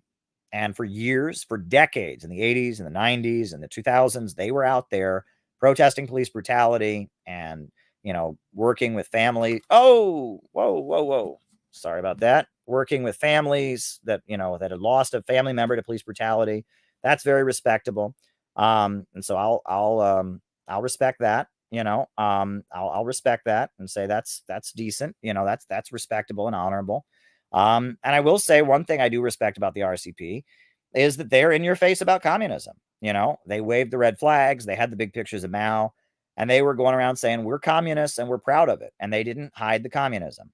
That's pretty important as well, you know, so I can respect that as well. But that said, you know, the politics of the RCP have gotten much more watered down and simplistic. I argue that RCP politics is really it's Blanquism, right? Blanqui, it's about the state. It's not about economics. The RCP, they don't have much to say about economics, class struggle, overproduction, the breakdown of capitalism.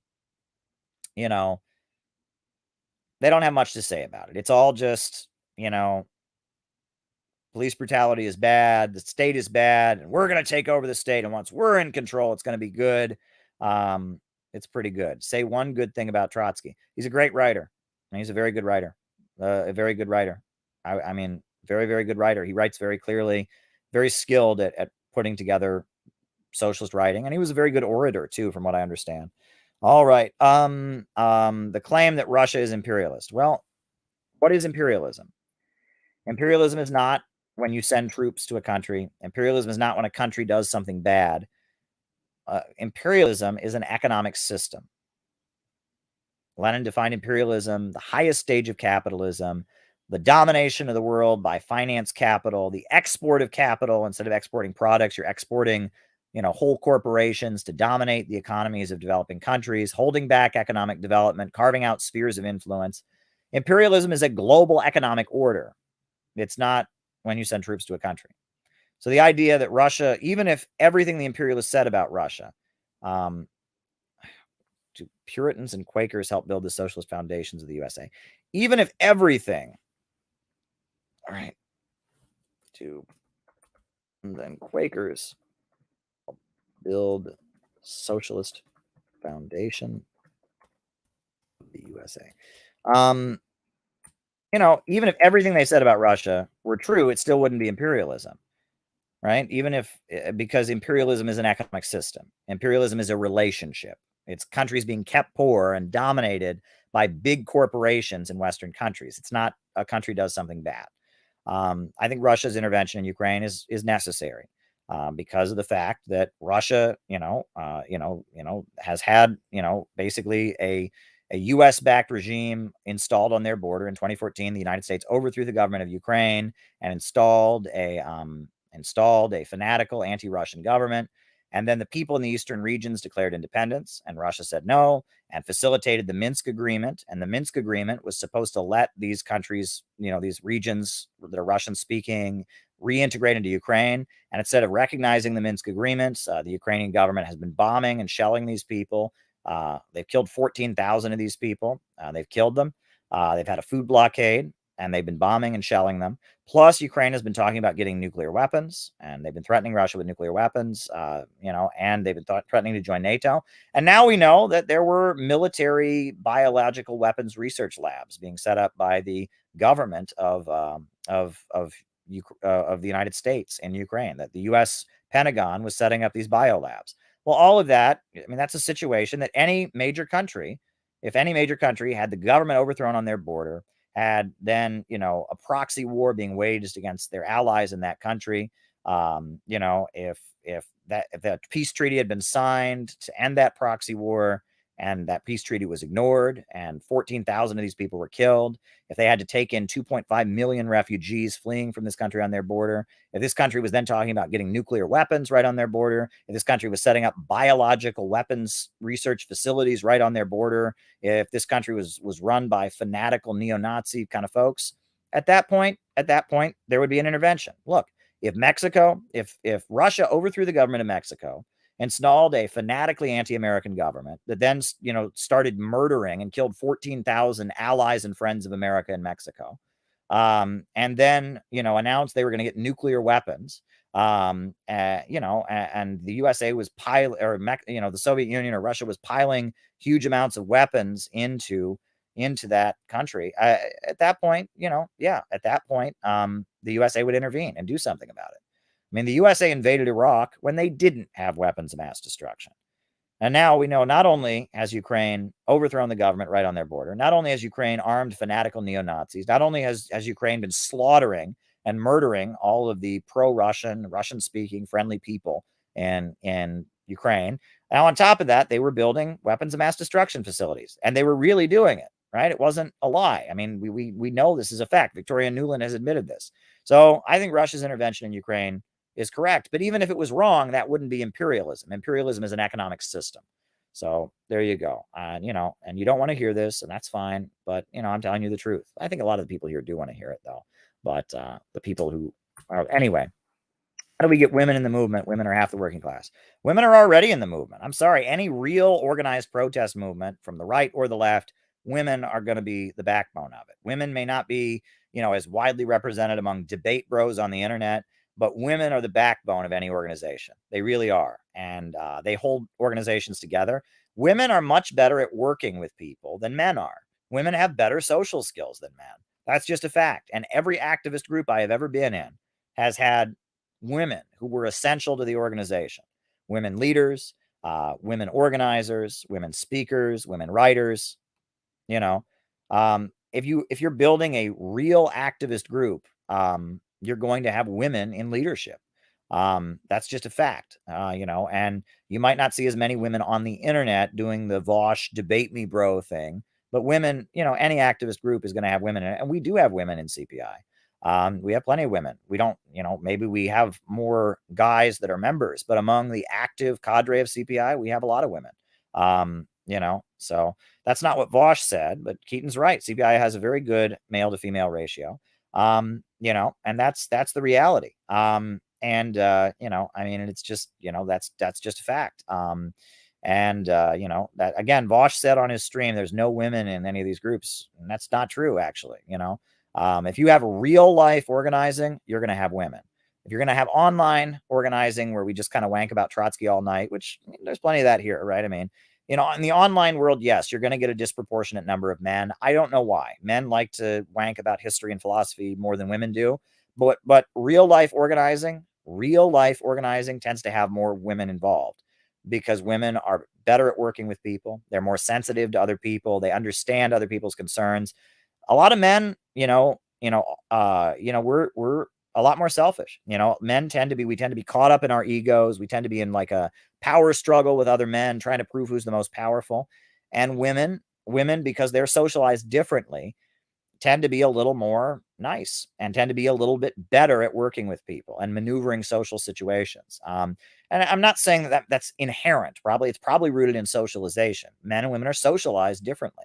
We're trained to act differently by our society. So I'm not saying that like women are inherently one way and men are inherently another. And please don't take this out of context to me, Caleb saying something, and someone can change what I'm saying here and make it something bad, which is what bread tubers do. They just take what you say and lie. But in our society as it currently exists, if you are in a church, not a leftist group, not a left-wing thing, if you're in a church, everybody knows that women hold churches together. They might have men pastors, but women hold the churches together. Women are going to the church meetings, right? If you are in a liberal organization, that's active, that is doing things, that is organizing, you're going to have women holding the group together. And if you're in a socialist group, that's a fact. Women are essential. And if you do real organizing, women are going to become an essential part of it. And it's important to remember that. And often a lot of the hard work that women do gets overlooked because men will like to hog the spotlight. Men, we have this competitive thing. We're trying to prove that we have the biggest dick and that our dick is so much bigger than everybody else's. And you know, in the process of doing that, women will get pushed back because they're not having as a competitive attitude. And that's a problem. And that's why it's important to prioritize putting women into leadership positions and putting women on the stage at your rallies. It's really important to do that. It's important to empower women because if you just kind of let it naturally take its course, all the guys who want to grab the spotlight and want to be like, I'm the best, look at me, are going to push the women aside. So, you know, it's important for revolutionary organizations to make a priority out of pushing women comrades into the front. It's really important. And we can do better about that in CPI. Keaton says we have a very good ratio, and we do, but we can do better. And, you know, it's one thing we're considering, because women are much better organizers than men. Men are, you know, men may be more prominent in certain roles, but women, when it comes to organizing, holding organizations together, women are better than men, like by 1,000. All right. It's just a fact. And you can deny that all you want. And maybe that would change in a different society where people are socialized differently. But as our society currently exists, women are better organizers than men. That is just a fact. There you go. So, you know, there you go. All right, cool. That is just a fact. All right. Next question. Is there a trot to neocon pipeline? Well, there's not a pipeline, but there were the people who founded neoconservatism were former trots. And I've told this story many, many times. You know, in 1939, the Nazi-Soviet Pact or the Stalin-Hitler Pact or the Molotov-Ribbentrop Pact was signed. A group of Trotsky's followers said this proved the Soviet Union was no longer a deformed workers' state. They broke away. And then those people got hired by the CIA during the 1950s to run the Congress for Cultural Freedom, Irving Kristol, Irving Howe, Mary McCarthy. And a lot of those people ended up becoming neocons. So, you know, Irving Kristol, who was kind of the founder of neoconservatism, was a former Trotskyite. There's a lot of these people that were with Trotsky until 1939, broke with Trotsky. A lot of them became neoconservatives. And you can read a great book on it called The New York Intellectuals by Alan Wald. It's a great book. All right, next question. The Trotsky's History of the Russian Revolution. It's a good book. It's a great book, but it is dishonest in some ways. In some ways, it's a dishonest book. For example, he really spends a lot of time in the opening chapters running down the Bolsheviks, making it sound like until Lenin showed up in April, until Lenin came back from exile in April of 1917, the Bolsheviks sucked. That was basically his argument. The Bolsheviks, until Lenin showed up from exile, the Bolsheviks sucked.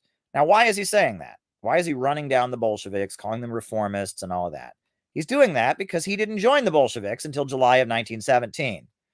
And so it's a way to justify that. Another thing is that book repeats a claim it's repeated other places that the Bolsheviks were taking a vote on whether or not to seize power in October of 1917, and they were against it. But then a worker broke into their meeting and said, there's going to be a revolution, whether you guys support it or not. And then the Bolsheviks changed their mind and voted for the uprising. Well, that's bullshit. That didn't happen. The Central Committee of the Bolshevik Party did not meet in places where random people could just come up off the street and tell them stuff, right? They were meeting in secrecy. They were meeting surrounded by guards. So that didn't happen. And that's also an inaccuracy in the book. But overall, it's a pretty good book. I mean, you get he was there. He was a big part of the Russian Revolution. If you can overlook the parts where he's covering his own ass, and trying to run down Stalin's role, right? Stalin was the editor of Pravda, for fuck's sake, okay? If anybody was really responsible for the Russian Revolution, it's Stalin, okay? He was the editor of the daily agitational newspaper of the Bolsheviks. But if you read it, it's all Stalin was a reformist, Stalin was selling out, but luckily Lenin came back from exile and whipped him into shape, and that's bullshit, okay? It's like, I'm sorry, but it's like Stalin, the editor of Pravda, the guy who was up until the Bolshevik Revolution, up until they seized power, was the guy editing their daily newspaper. I'm sorry, if that guy was a reformist and a sellout, there never would have been a revolution. So, Ignore the part where he's running down Stalin. Ignore the part where he's running down the Bolsheviks and saying they sucked until April of 1917. Ignore the part, the romantic story about the worker who runs in and says there's going to be a revolution whether you want it or not, because that didn't happen. It's overall a pretty good book. The analysis is fascinating. The part about, he talks about the Tsar, and he talks about Rasputin, and he talks about the February Revolution, and it's interesting. It's an interesting book. I mean, you learn a lot about what a revolution actually is, and when a society has a full-on revolution like that, how it happens and what it is. It's an okay book. I would recommend it. There are a couple falsehoods in the book that I just listed, but overall, it's a good book. I don't have an issue with it. It's an entertaining read. It's a very dramatic, compelling eyewitness account from a participant of the revolution. So there you go. Do Puritans and Quakers help build the socialist foundations of the USA? Puritans, absolutely not. The Puritans loved capitalism. The Puritans were all about the free market. I mean, there may have been, you had to pay taxes to the church. There may have been, like some, community, they helped each other out. But overall, the Puritans were all about the free market. They were all about the rich and the poor. They were all about punishment and class divisions and, private property and stuff. There were some sects that broke away from the Puritans that were socialistic, like the Zorites of Akron, Ohio. There was a socialist commune in Akron, Ohio called Zor.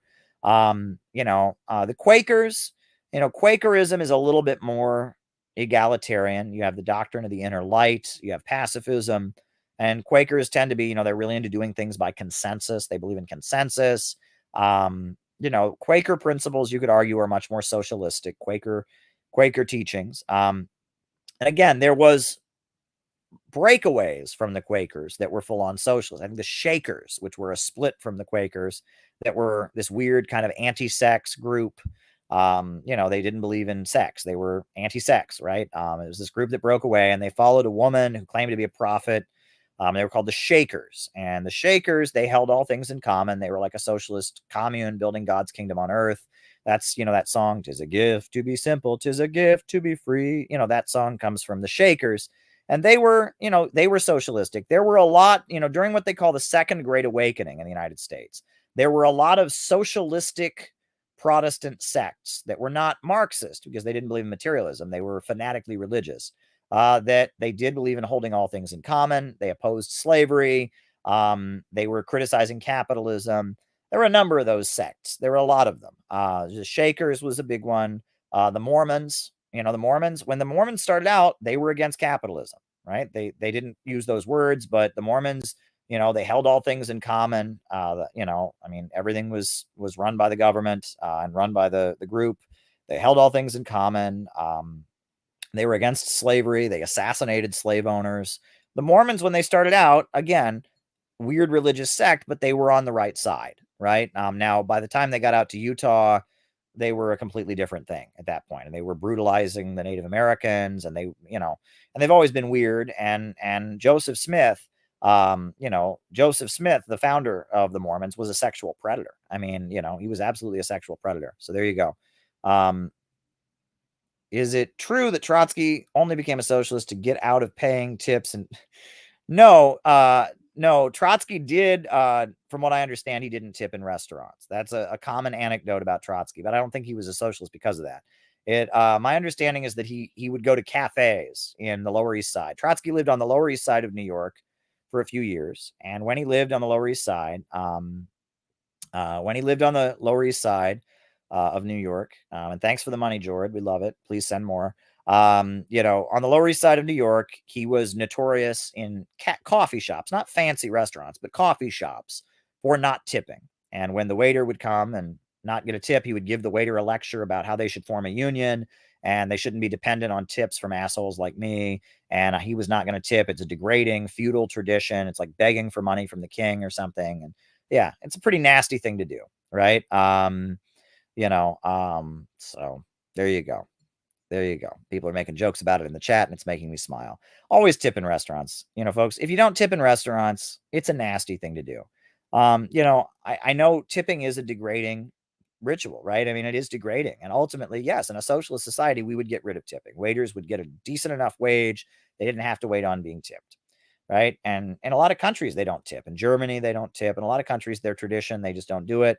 For whatever reason, in the United States, tip your waiter, right? I mean, it's if you don't tip, it's a pretty nasty thing to do because they're only getting half. In a lot of cases, those waiters are only getting half of minimum wage. So tip your waiter. All right. New upsurge in the struggle against U.S. imperialism is now emerging throughout the world. Ever since World War II, U.S. imperialism and its followers have been continuously launching wars of aggression. But the people of various countries have been continuously waging revolutionary wars to defeat their aggression. And while the danger of a new world war still exists, and people of all countries must get prepared, revolution is the main trend in the world today.